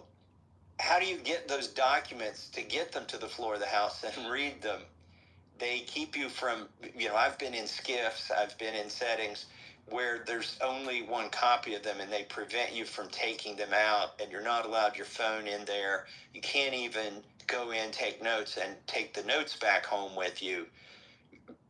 I had this issue when we were trying to get the 9/11 report released. I could go in the SCIF, I could read it, I could come back out, I could compare it to the redacted version, and I did that a couple times to try to figure out what they had redacted and what the American public couldn't see that I could see, but I could never take that out of there. So it's not like you can get the Epstein files on a jump drive and release them. They're just not going to let you have them as a member of Congress. Now, if there were one or two things specifically that you could memorize and then come back out and say, yeah, you can do that. You won't go to jail. You won't get a fine. You won't be sued. You won't even have to go to court because of the Constitution. The problem is then Mike Johnson or Hakeem Jeffries could say, we deem you untrustworthy now, and we're not going to let you have access to any more of this information. And by the way, we are allowed, I don't even think... So it would be career suicide. No, there's things I've done that might be considered that, and it still hasn't happened. I don't think it would be career suicide. It's just something you would have to contemplate. And would it be worth whatever it is that you could remember in your head and bring to the floor? Because you're not going to be able to come out with a binder full of documents. Right. Well, thank you for that insight, because I've always kind of so many things get obfuscated through quote unquote national security or classification. And we've seen, from government redactions over the years that they classify anything from, if they overclassify by a lot. We've seen instructions on how to operate a toilet at some point in time. So, this is a problem. Go ahead. Well, ultimately, they can classify it as high as they want, but ultimately that belongs to Congress. Congress paid for those documents, and we can get them. And it becomes a matter of whether Mike Johnson and the committee chairman will let other members see them. And so it kind of grinds down into that. Do you think that MTG is going to be able to get a look? I don't know. I talked to her. I'll see if they can. There are other people they're going to call, and it might be the case that even if she couldn't be there, there might be other members who would be able to be there present. They schedule these depositions, by the way, at the most inconvenient time, because they don't want rank and file members in there. Because if you're in that meeting, you can ask questions yourself. Let me ask you real quick, what did you think about the exchange that went there? Comer put out a statement on what was said to a greater or lesser degree, and he pretty much, he said that Trump wasn't implicated, and then the Democrats were. It was really partisan on both sides, to be honest with you. I saw. I thought the news reports were stupid. That was the headline. Trump is not implicated. Trump is not implicated. We're not going after Trump. What we're looking for is justice for the victims. I never assumed he would be in there, but they somehow, I feel like that was a distraction to make that the headline, that Trump wasn't implicated. Well, that's not why we want these. Now, maybe some Democrats would hope and wish that he's implicated. But what Ro Khanna and I are looking for is for justice for the victims. And by the way, I'm not sure if we mentioned this in the other space, Ro Khanna and I have scheduled a press conference in front of the steps of the Capitol on September 3rd, when it's the first full day that Congress is back in session. I think it's at 10 a.m. when we're going to do that. We'll have survivors who've never spoken publicly before speak at that press conference. So here's the interesting thing about that. This puts to bed all of those people who they're just throwing up smoke and mirrors, but they say, oh, Congressman Massey and Congressman Khanna, they're putting these survivors at risk. They want to expose them. You know, their legislation isn't crafted well enough to protect them. Well, if that were all true, why are survivors showing up at our press conference to try to help get our legislation passed? And that's exactly. You know, the victims are definitely not getting justice here. And when I see the partisanship on both sides, the Republicans and the Democrats, and I see what I think I see is a uniparty strategy to intentionally make this a partisan issue. That way people aren't focusing on the facts of the case and are perceiving it more as an attack by the opposition party. Right. And I can only imagine the amount of heat that you take when you were talking about, you know, career suicide. Just in reporting on Epstein myself for the last 2 months, the amount of threats and the amount of heat I have taken, you know, doxing attempts, harassment, you name it. I mean, you name it. People, Noxie's on my stage. I have Senator Shane from Oklahoma. He's a state level senator. They've experienced some kind of weird intimidation ever since we've started covering all of this. Which part of this do you think I don't understand? Yeah, when this stuff heats up, my phone battery life goes to about 15 minutes, and I could go sometimes 24 hours without even being able to read a text on my phone. There are times when there's a lot more scrutiny applied, and we'll see what happens. Definitely, they're keeping score the wrong way in D.C. I think some Democrats are keeping score by the number of times Trump's name might appear in the documents, and the Republicans right now are keeping score on if they can just completely avoid taking this vote and going on the record at all. And Speaker Johnson is acting like he's being persecuted here, which I think is totally ridiculous. The only reason he feels persecuted is he's got to decide between carrying water for this administration and being part of a cover-up, or being for the victims and transparency. And I think he sees it as his job to keep every Republican from having to actually pick between those two choices by expressing a vote on the floor of the House of Representatives. That's why he didn't even bring, I suspect, well, there's a few reasons why he didn't even bring the fake resolution to release the Epstein files. The non-binding Pretty Please Mother May I resolution, he didn't even bring that to the floor, maybe because he realized that people would see through it, but more likely he didn't even want people to go on record with a fake resolution.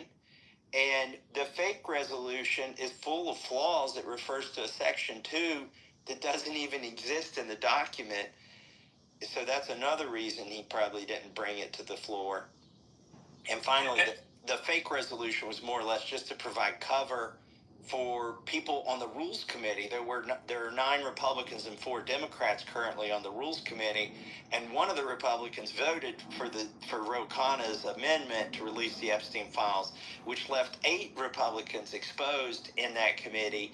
So really the fake resolution that Mike Johnson has was merely, I think its entire shelf life and its entire reason to exist was to protect the 8 Republican members of the Rules Committee who had already taken a publicly toxic vote to give them some cover, and they realized that fig leaf might work for those 8, but it wasn't going to work for the whole House of Representatives.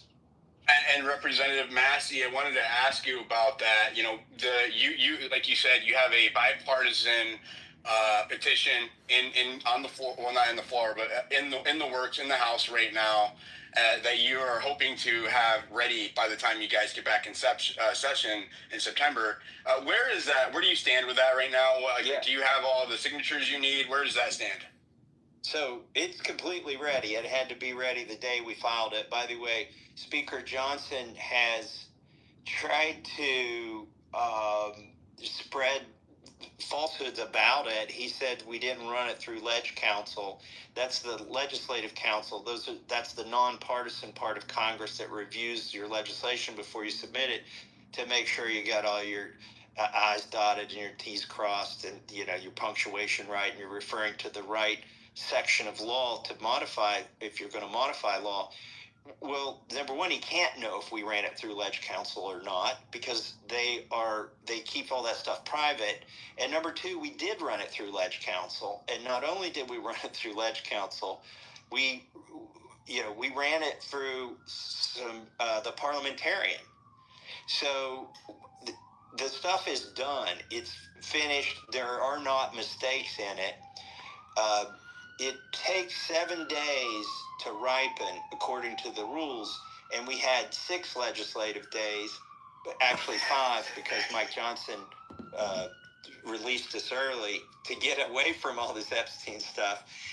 So the bill didn't have time to ripen, and so we couldn't collect signatures yet. But because they've been having these pro forma sessions, which is another sort of miniature scandal in its own, where Mike Johnson and Leader Thune, every 3 or 4 days, they hold a session with nobody there, and the entire purpose of gaveling in and gaveling out is to keep Congress from going into a real recess as defined by the Supreme Court in 2014, when in Obama's case with the National Labor Relations Board appointments, recess appointments. In any case, we're having these recess appointments at the behest of the leadership with nobody on the floor of the House, merely to keep 14. Sorry, what did I say? We're having these pro forma sessions merely to keep Trump from making recess appointments. And Trump's not complaining about it. Nobody's talking about it. The reason I bring it up was, not to go down another rabbit hole, but to point out now 7 days have elapsed, 7 legislative days have elapsed, because every time they hold one of those, the ticker goes 1 day forward, even though they're not having real business on those days. So as soon as we get back, we can start collecting signatures. As soon as we get to 218 signatures, then it takes 7 more days, and then it can be brought up. And the speaker can either bring it up immediately, or he can wait a couple more legislative days. So is there a threshold, is there a deadline that you have to meet to collect the signatures that's going to run out, per se, before you have to try again? No, it goes to the end of Congress. And so, I think we're going to get there. If every Democrat signs it, and by the way, it will take a little while because people have to physically be present and physically sign it. This is not a Joe Biden auto pen thing where you can have your staff do it or mail it in. And you have to do it on the floor of the House of Representatives. If you're watching C-SPAN, you now that I know how it happens, you can actually watch people walk down there and sign this document at the clerk's desk. You'll see people doing that. And so 218 people have to sign the same document. And if every Democrat signs it, we need about 6 Republicans. And I have 12 co-sponsors. So even though I can't collect signatures yet, we can collect co-sponsors. And I've collected 12 Republican co-sponsors and a lot of Democrats. But if just 6 of the 12 follow through after co-sponsoring it and actually sign the discharge petition, then we're off to the races. And Speaker Johnson has two choices that I can see. He can either let this proceed to the floor for a vote, a debate and a vote. There will be a debate, and then there'll be a vote. Or he can use the Rules Committee, which means he's got to get it through 9 Republicans and 4 Democrats there. If 3 Rules Committee members defect, he's got a problem. 3 Republicans defect. And I'm hoping there would be 3, but in the Rules Committee, he could write a special rule to turn off this discharge petition power for the purposes of the resolution I've introduced. But he still has to get a majority of votes in the Rules Committee to get it to the floor, and then he has to get 218 votes on the floor. And you might say, well, why would anybody vote for that if they're in favor of releasing the Epstein files? Well, it's because they may hide it in another piece of legislation. There may be one sentence in an otherwise very popular bill where they change the rule to turn off the vote on the Epstein files to keep it from ever being a vote. But this is where everybody needs to pay attention. We will sound the alarm. We won't have much time if he tries to go down that path. And then that roll call vote becomes the vote of record on when the Epstein files got swept under the rug in the House of Representatives. And what's the time frame there, if you can just estimate? That's probably a couple weeks after we come back. So I would say mid-September is when either the chicanery happens on the part of the speaker or we have a legitimate debate and a vote. Okay, well, and what can we do as constituents for our representatives, either Republican or Democrat? Because this is a nonpartisan issue as far as I'm concerned. You know, I voted for Trump. I advocated for other people to vote for Trump last year. I'm a registered Republican, and you know, for me, when there was a delineation and a deviation away from truth and transparency when it came to the Epstein files, that's when I started to have a much more scrutinous eye on not just the Trump administration, but also the Republican Party and Congress, and Democrats for that matter. I started to look at a far more scrutinous lens. So what can we do as constituents to help you pressure our congressmen to push that through when you come back in September? Well, I looked at the call log yesterday for my office. Out of 750,000 people, one person called me yesterday in a 24-hour span of time. Only one person called me. And it was about Medicare and the Big Beautiful Bill. They were worried that there would be cuts to Medicare and the Big Beautiful Bill. I'm telling you this to let you know the signal-to-noise ratio on phone calls is pretty good.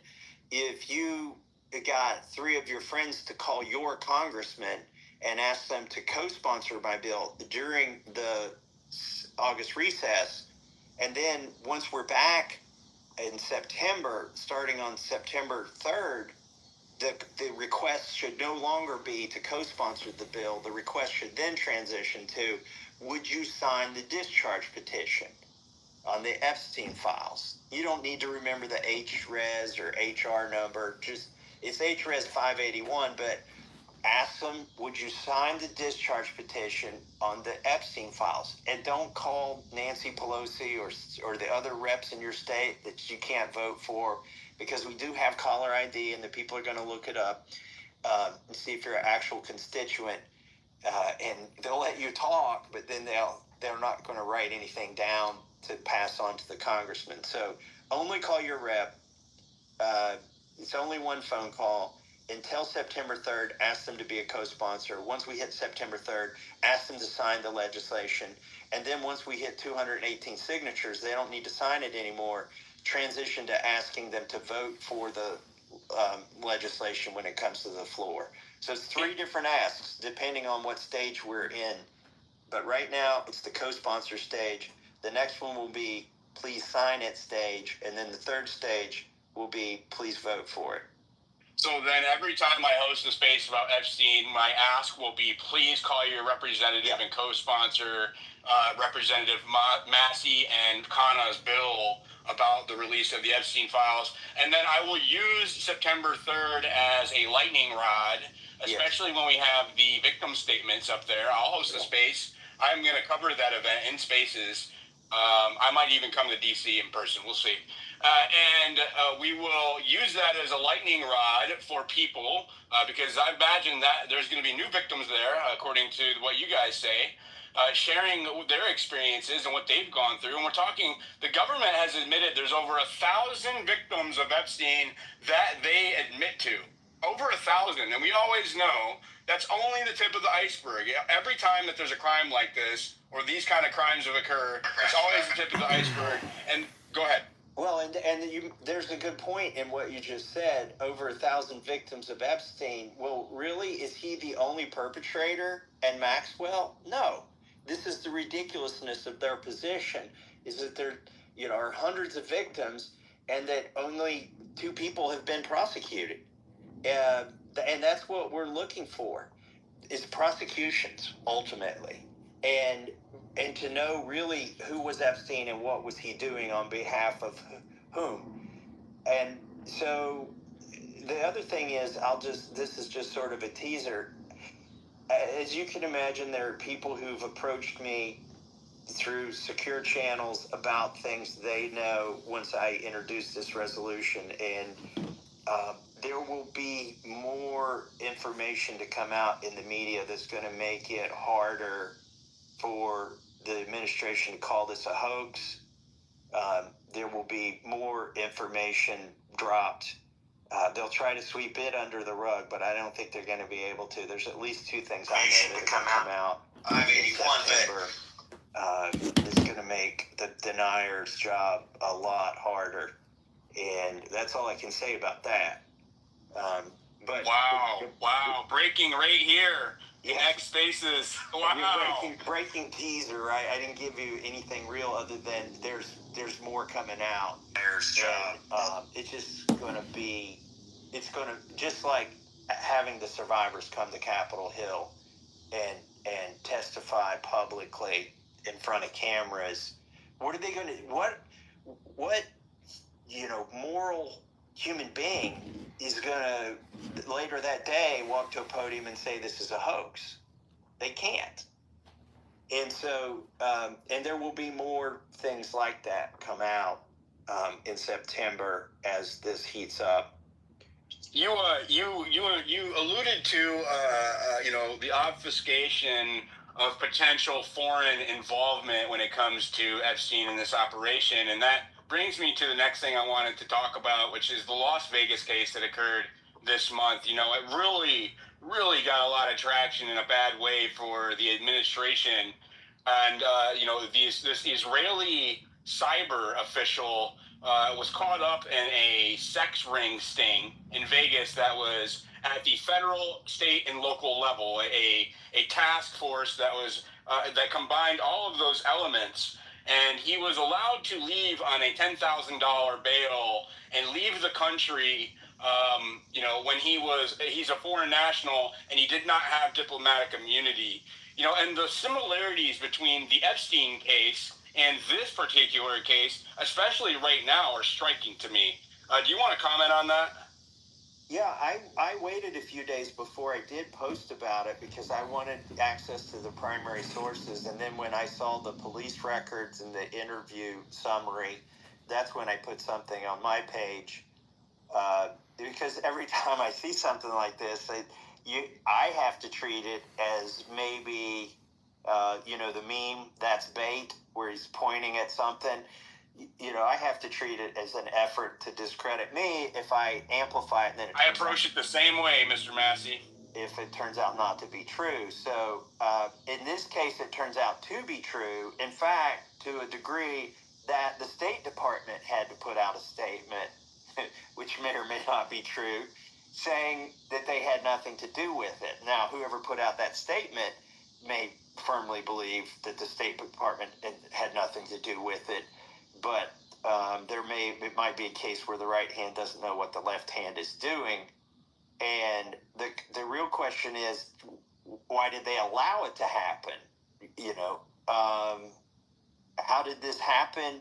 And I do agree with you that this alleged perpetrator, he's innocent until proven guilty, but 100% he is. Yeah, but the alleged perpetrator is, I've always said, there's this category of people. They're either rich, powerful, or politically connected. And in this case, this individual doesn't seem to be rich or powerful, but he was politically connected. And so he got to leave the country. I guess the proof is in the pudding. Does he come back for the court case? I wouldn't want to be the person who wrote his bail, though. No, and can you give us? You said that you've seen from primary sources. I shared. I can't remember the individual's name, but he did a video, like a 9-minute video with the police reports and stuff, and you can read them right there on the screen. But if you go, oh yeah, I read those. Yeah, that's at that point, you know it's real. Those are not fake documents. No, 100%. And I think the other story here is there's an individual who claims that his posts got deleted, like dozens or of posts about this topic. Just in the conversations with Grok. Not just those. I think even Grok's going to get frustrated eventually with all his lobotomies that keep occurring. But when he starts speaking, it seems to be too close. I have developed a framework to solve for that. It's pretty honest. I saw that. Yep. It's like you gotta cut and paste like 1,000 words or something. You did. It's a wall of text, and as a matter of fact, it's so advanced now that even Grok is telling me, they're like, don't release it. It will release the smaller version because the state can actually use it to find holes in their narrative going forward and make their stories much more believable when the primary evidence doesn't match up to what they're trying to sell you. And about that, I looked at that guy's statements, and the problem with me was, do I believe it's possible? I definitely do. But if I'm being objective here, it needs to be independently verifiable. Like you said, primary sources, that's how I operate. And I couldn't, there's no way to independently verify what he was saying about the deletions. Because if you have a conversation with Grok and then you delete the post that you summoned it with, Grok automatically deletes all of its responses to that post. So that's could have what happened. That could have happened. Yeah, I'm not sure what happened there either. But if true, it's concerning. But I don't know. I don't even think you need to they don't even need to be that extra about it. It's such a bad look for the administration on its face, right? Like, I don't think that. Go ahead. Then it begs the question: how many times has this happened? Is this the default state for somebody from Israel? Can they just go back to Israel if something like this happens? It's interesting that you bring that up. So when that occurred, I used my framework in Grok and was able to pull up 11 cases of this happening with domestic and foreign individuals in the last 5 years alone, where similar circumstances, they were charged on CSAM or meeting with minors, etc. And then the charges were buried and the cases were sealed and have remained so ever since, so highly redacted. But there's 11 occurrences. Some of them have to do with, there was a foreign national from the UN in New York that it occurred with a couple of years ago. There was a tech bro in Silicon Valley that it occurred with a few years ago who was from the United States. There was an Indian national who was a tech bro that this happened with in California a few years ago, where the case was brought up. It got buried by the DA or whatever, and then it was buried. And then the case remained sealed and heavily redacted, and the individual never got sentenced or anything like that. So I'm seeing a reoccurring pattern here, not just with Israel, but also with other high-level or high-profile individuals. Well, now that you mention it, do you remember that I think it was Debbie Wasserman Schultz and about a dozen other Democrats used the same outside consultants to do their congressional IT work? I think I'll butcher the name, but like on Swanee Brothers or something.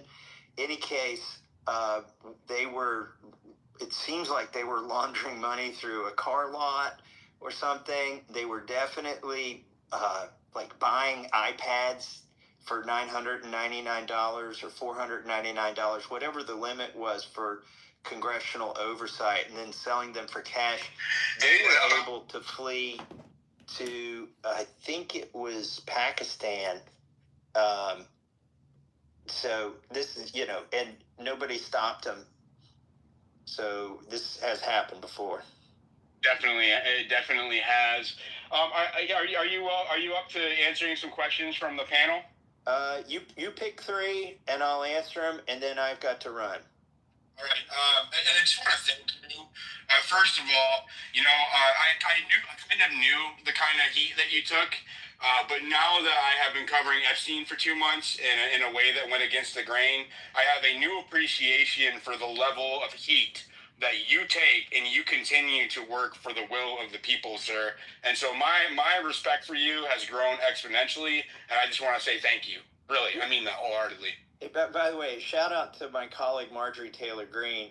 As soon as she started speaking out on these topics, now they're trying to make fake claims of insider trading and all of this ridiculous stuff. I mean, we file financial disclosure forms, and she and her husband ran a very successful construction company, which I've known about for as long as she's been in Congress. She's talked to me about it, and that that's on her disclosure forms. They're trying to make it sound like she's one of these people who came to Congress poor and became a multimillionaire through insider trading. But notice all of that started when she started, looking into this and saying things that other members won't say. And it's it's happening on X. The people are paid. They're paid accounts. It's pretty darn obvious. Some of these influencers are paid to put out a narrative, and they're on a payroll that includes the same people who are interested in APAC's financing. By the way, one final thing before we go to questions. So right now I've had, since July alone, and it's 8 months until my primary election, I've had $2 million spent against me. We won't know how much money from whom has been put into it between July 1st and December 31st until January. That's when we'll get the next finance report on the super PAC. But the one report we have, where it was financed with $2 million, shows that there are 3 billionaires who gave to the super PAC that is trying to smear my name. They're trying to recruit an opponent. They don't have anybody yet. And one of these is Miriam Adelson. She's a dual citizen and a big supporter of AIPAC. Another one is Paul Singer, he's given millions of dollars to AIPAC's other super PAC, which finances pro-abortion causes and transgender activism. He's financed that. And then the third billionaire, so there's 3 billionaires financing the smear campaign against me, is John Paulson, who is in the Epstein Black Book. Now, that's not an indication that he's guilty, innocent until proven guilty, and even just because you appear in the Black Book doesn't mean you're even indictable for anything. But I would say these billionaires are very upset that I am not voting for war in the Middle East, that I'm not voting for aid to Israel, and that I am going after this Epstein issue. So look for that smear campaign. Well, God bless you. God bless you. Yeah, Representative Massey. And speaking of, I know you're on your your representative account. Am I allowed to plug your campaign efforts now that you've shined a light on the efforts to shut you down? You have First Amendment rights to do anything you want. So I will advocate for all of my listeners right now. If you care about the Constitution, if you care about truth, transparency, freedom, liberty, and the things that our country was founded on, I will implore you, don't spend money on anything else. If you can afford it, please go to Thomas Massey's page, his website, and he has a plug. Actually, he has a It looks like he has a website on his profile, but he also has another account, and I would just have you look it up.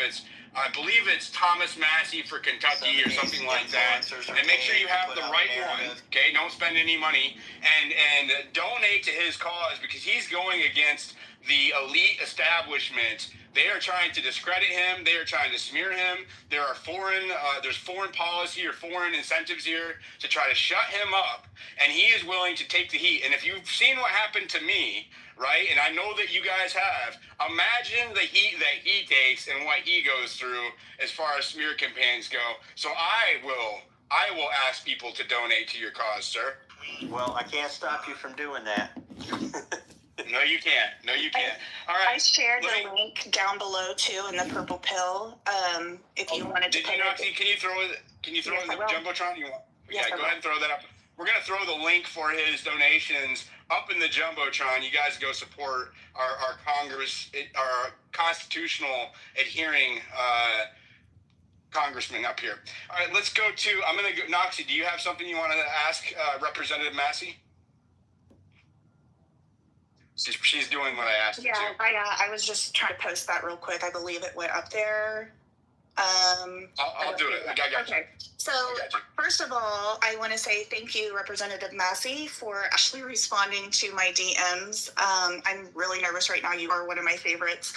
I wanted to ask you a question, and it does pertain to Epstein, and I'm not sure if you remember total information awareness that was defunded by Congress, and how that was put into effect with Palantir and the ties that they have put together. I'm sorry, I'm so nervous. I'm stumbling and shaking.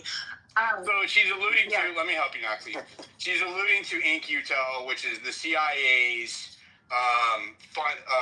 venture capital firm. It invested $2 million seed funding into Palantir, and what we've seen ever since then as a Palantir CIA hybrid, it seems like, at least in some regards, at least in effect, hybrid operation, to where Palantir is, it's deriving like at least half of its income or close to it from the government. And there is a nest of Palantir-linked individuals currently in the Trump administration. And it's weird because Peter Thiel, his venture capital firm, Valar Ventures, that he co-founded, received a $40 million investment from Epstein in the mid-2010s. And so there's just a weird, and this is, that's what put it on my radar. There's a weird connection there that goes all the way into the Trump administration now. Do you know what she's referring to? And I haven't found a member of Congress who's willing to talk about this at all. So I don't mind, I understand if you don't want to speak on it. Well, no, there's no reason I wouldn't speak on it if I knew something about it. Have speech or debate protection, right? But I'm not aware of that. I'll go back and look for it and see what. I will send you some. Yeah. Can I send you some information? Yeah. I mean, and that's the reason that I brought it up, Congressman, is I wanted to put it on your radar. I know that you are huge for our liberty and our personal privacy. And I know you even spoke out about the AI moratorium and the big, beautiful bill. And I feel like there's a lot of chatter. There's not a whole lot of chatter about it on X, but there is some chatter about it on X. And we have done some really deep dives into this particular company and this person. And it really raises a lot of concerns about violating our constitutional rights. And if anybody that I know of that would take a deep into this, I would hope that you would. Well, look, that's one of the things that I think we should demand gets released, which is the bank records for Epstein's entire estate, and all the cash flows in and all the cash flows out. As they say, follow the money, right? That's the easiest way to figure out what was going on. And, it could be that what you're talking about was a big fund and money was fungible, who knows? But somebody behind the scenes was winking and saying, okay, we're going to put money here, and then you need to take it out and put it there. But I'm concerned, Congressman. I'm just going to interject real quick because this is important and I want you to hear it. I am concerned that the CIA links to Palantir and the Palantir links to the individuals in the Trump administration and what appears to be an emerging federal police force used through a Hegelian dialectic of open borders for the last 4 years in rampant crime is justifying the legal framework for the administration, and I'm not saying just Trump, but the administrative state, to enact a federal policing nationwide. And that is, we are witnessing that unfold. And the DC is the blueprint, and they're telling us that they're going to do it nationwide. And I believe that through the Insurrection Act, the justification's been there because of what happened under the Biden administration. I don't know if the Insurrection Act gives them the full authority, but you're going where I was thinking. Look, I'm in Congress. I'm not in the executive branch or the judicial branch, but I do know unless they have authorization, they need authorization and they need appropriation from Congress. The executive branch does to do anything. So I would blame my colleagues. I would blame the chairman of the committees that would be in charge of the authorizations for that to happen. And then every year we do appropriations. And with the exception of things like the Federal Reserve and the CFPB, which is an animal that never should have been created, both of those are, nothing gets money without appropriation from Congress. And we have the authority to stop whatever's going on. It could be just one amendment to an omnibus bill that says none of the money hereby appropriated shall be used for, and then you could put the things you don't want it to be used for.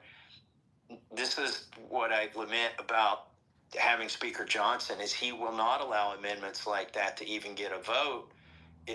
Whereas, say what you will about Kevin McCarthy, we had over 400 amendments voted on during the appropriations process. I even got a vote on whether the Department of Education should exist during the appropriations process. But that's all been shut down in Congress now, for the most part, under Speaker Johnson. They'll instead of allowing 100 amendments, they might allow 4 or 5 amendments per appropriation. It's just so strange to me that so many diehard MAGA and Republicans are cheering for the expansion of a police state, like they've completely forgot what happened during January 6th, There's and post-January 6th. There's definitely some cognitive dissonance going on. Definitely, 100%. Okay, Alex, and then we'll go to Senator Shane if he wants to ask a question. I know that he gets nervous about public speaking, and then we'll wrap it up. Go ahead, Alex. How's it going? Just want to say I appreciate you being in Congress. You are like the one politician that I have like a semblance of trust for, and I really appreciate you. Bring attention to the Epstein files even after it's out of the news cycle. We follow each other, but you follow a lot of people. But what we do is we catch online child predators across the country, and that extends to like molesters and all of that stuff too. We come across a lot of really bad people, and obviously, it's a very common thing. But what I just want to ask you is, why do you think that all politicians, for the most part, are so apprehensive to call for the files to be released? Like, do you think they're protecting themselves or donors or both, or what do you think it is? I think there's two kinds of motivation here. There's sort of an inner circle of motivation where I believe the American people would be really upset if they found out our own national security apparatus employs people like Jeffrey Epstein and sex trafficking and things that are beyond the law. I believe that's a possibility. I think that this could tap into that. Okay. At another outer layer, like that would be the inner circle of motivation. Just beyond that is a set of billionaires who frankly, they're part of the uniparty. They're not that partisan. They are transactional. They want their special favors for their businesses. They are almost all socially very liberal. And I don't mean in a libertarian sense. they would be for funding transgender, and they're for transhumanist, initiatives and things like that. Those folks were in Epstein's circle, and I believe there's embarrassment there. So, and so that's the next circle of motivation. But most of my colleagues are going to be motivated because they don't know these billionaires, and they're clueless as to how our intelligence apparatus works. So most of my colleagues who are trying not to vote on the Epstein files just simply don't want to get on the wrong side of Trump. That's their entire motivation here, because their re-election hinges on being in good graces. And that, again, is one of the reasons the billionaire class is running attack ads on me right now, is to keep the other congressmen cowering on this issue. So those are your three motivations. Embarrassment at the center level. I think this could implicate how our national security apparatus operates outside the law or the Constitution, in much the way Edward Snowden had revelations. There could be revelations that big in these Epstein files. And then the next circle is the billionaires who don't want to get embarrassed because they've been playing in this little swamp and operate outside law. But the biggest circle around all of that is just people who are scared to go against the administration and Trump, and that might include Pam Bondi. Go ahead, Rev. Yeah, I see. I appreciate the answer. But I guess my next question would be, why do you think none of them were calling for it to be released then? Because I saw tweets from you back in the day when Biden was in office that you were calling for it to be released. It doesn't apply to you. But, if it's not to go against Trump, why do you think they weren't calling for it in the 4 years that Biden was in office, or when Trump actually arrested Epstein in 2019? Well, I'm talking about Republicans, first of all. Like, for Democrats, with the exception of Ro Khanna and some people who are genuinely motivated on the Democrat side of the aisle, a lot of them are hoping that Trump gets snared up in this. So that's their motivation. By the way, something else I wanted to say on this space is people, a lot of times in comments on my posts, they're like, well, why don't you just talk to Trump, or why don't you just talk to Pam Bondi? You're assuming I haven't. Like, I do. I have. I asked Pam Bondi for these files in a private dinner in April. Because I'm on the Judiciary Committee, we went over to her office and had dinner, and it was very nice. And we were each kind of, we went around the table. Members of the Judiciary Committee could ask the Attorney General questions. And I told Jim Jordan, I said, listen, I don't want to embarrass anybody here, but I'm going to ask about the Epstein files. And he said, Massey, you do what you want. Ask whatever you want. And I got the runaround then in a private meeting, and I realized that, we were not going to get these things, or I suspected we weren't going to get these things based on her answer then. Thank you, Thomas, Representative Massey. That's I didn't know that. I didn't know that you had asked in person. So there's another breaking news. Thomas Massey has asked Pam Bondi in person about the Epstein files. So, wow. What a great space. By the way, in front of her staff and 30 other congressmen. Wow. It's wild. Yeah, that is so wild. All right, thank you, Alex. I know our time is limited here, so I'm going to go to Shane. Senator Shane. Sir, do you have anything that you would like to ask the congressman or say? Yeah, thank you, Congressman. I've been following you and appreciated your last tweet where all the criminals had gone home, so why were they beefing up police support there in D.C.? I thought it was hilarious. We founded the Freedom Caucus last year and was able to run it through here in Oklahoma with a lot of conservative initiatives. So we've dealt with the swamp on a state level, similar to what I see you doing up there. It takes a lot of courage. My question is, how is your experience working with our congressional delegation from Oklahoma. I put a lot of their contact information down below so that people could reach out to them if they're from Oklahoma, because I had them on ready available. My congresswoman in particular is Congresswoman Stephanie Bice. Do you think she would be amenable to signing on to your request for the Epstein files? I think your answer to that would probably be very telling, but any other open-ended commentary you'd like to make on our congressional delegation, because we're looking at making sure that our conservative values are being represented up there like you do for the good people in Kentucky.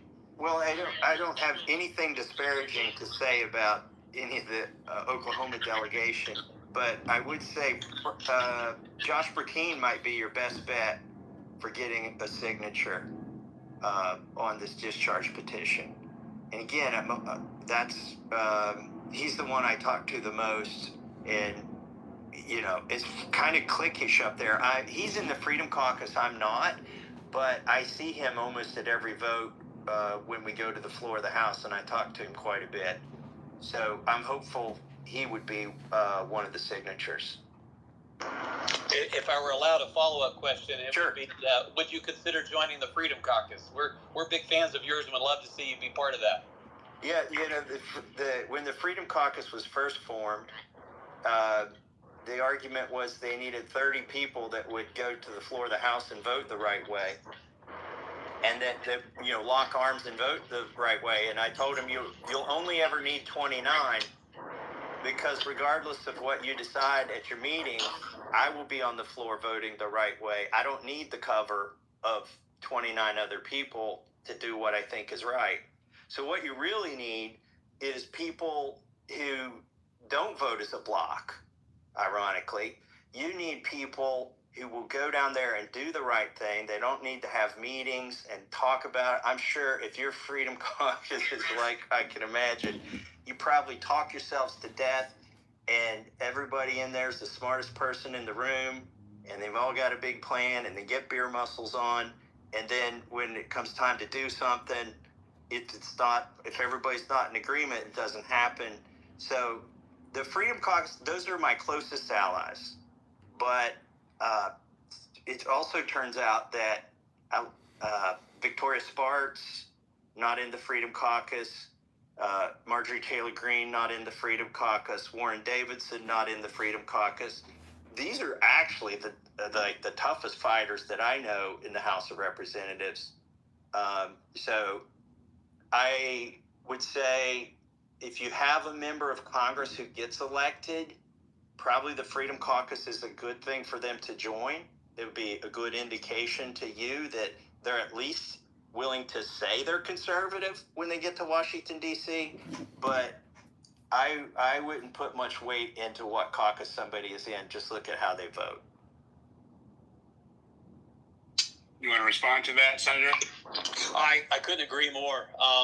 We went from about 4 conservative votes last legislative session in 2024 to 12 to 15 consistently pushing back against the growing government agenda of the establishment. So we wrestle with that battle because we have a lot of conservatives like yourself who vote with us, but they're not really joiners. But I agree wholeheartedly. If you have the courage to vote your conscience, you'll end up pretty much voting like a Freedom Caucus member.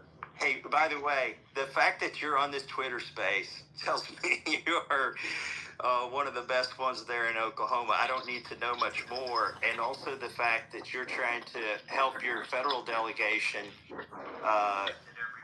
find the right path up there, because I know that gets you in trouble. Just the fact that you've been on this Twitter space is going to make some of them upset. It's going to make your leadership upset there in Oklahoma. So my hat's off to you, brother. Well, I appreciate that coming from you. A tremendous amount of respect. Thanks, sir. All right. Well, let's see. I've been on here an hour. I was just going to do half an hour. So I think I'm going to have to hop off of here. It was good talking to you all. Thank you to everybody who's on this Twitter space. You're now on Mossad's list, and your phone will get hacked and all that good stuff. But it was fun while it lasted. Thank you, Representative Massey, for having the balls and the courage to do what you're doing. And again, you guys can go support him in the link up in the Jumbotron. And Mr. Massey, I have been under threat since covering the Epstein files. I just alluded that I might come to D.C. Can you give me some tips to stay safe if I come down there? Because I have been threatened quite a bit. But I'm just going to publicly declare, right, if I do go to D.C., I'm not suicidal. I'm not doing anything risky. And I am going there just to cover that event. So if I do go, I will definitely be in touch with you, sir. Thank you again. Yeah. All right. Look me up. Well, it's a swamp, but my office is a lily pad. Got you. I got you. All right. We'll talk to y'all later. Thank you, Thomas Massey. I appreciate it. Thank you, Noxie, for inviting me. Yeah, good job, Noxie, getting him in here. Thank you so much. All right, that was good, man. Ooh, we got some breaking news on that one. I want to know what the what's going to drop in September that's going to make it hard. They got some. He said that somebody had some juice. I want to know what the juice is. Ooh, this is going to be interesting. Let me get the stage filled up here. Bottom right corner, repost the space, go down in the comments section, and we will continue this conversation. Sorry, I know a lot of people didn't get a chance to speak or come off stage or ask, but, it's a limited time, and I had promised before that I would have, that I would be very selective with the questions, not who, but the amount of questions that he would get asked, because, again, he gave us an hour, and we only had 30 minutes, so really appreciate that from the Congressman. Noxie, good job getting him in here. What did you think? Well, first of all, I want to say thank you for having my back whenever I was completely fangirling and stumbling over my words. That was very appreciated. I'm really looking forward to what he has to bring in September, and I'm incredibly thankful for somebody to be standing up and digging into this whenever it feels like we just keep running into one brick wall after another. And he was absolutely right about my very own state senator's jet. He is one of the best here, and I am a loud vocal person cheering him on, and I am very thankful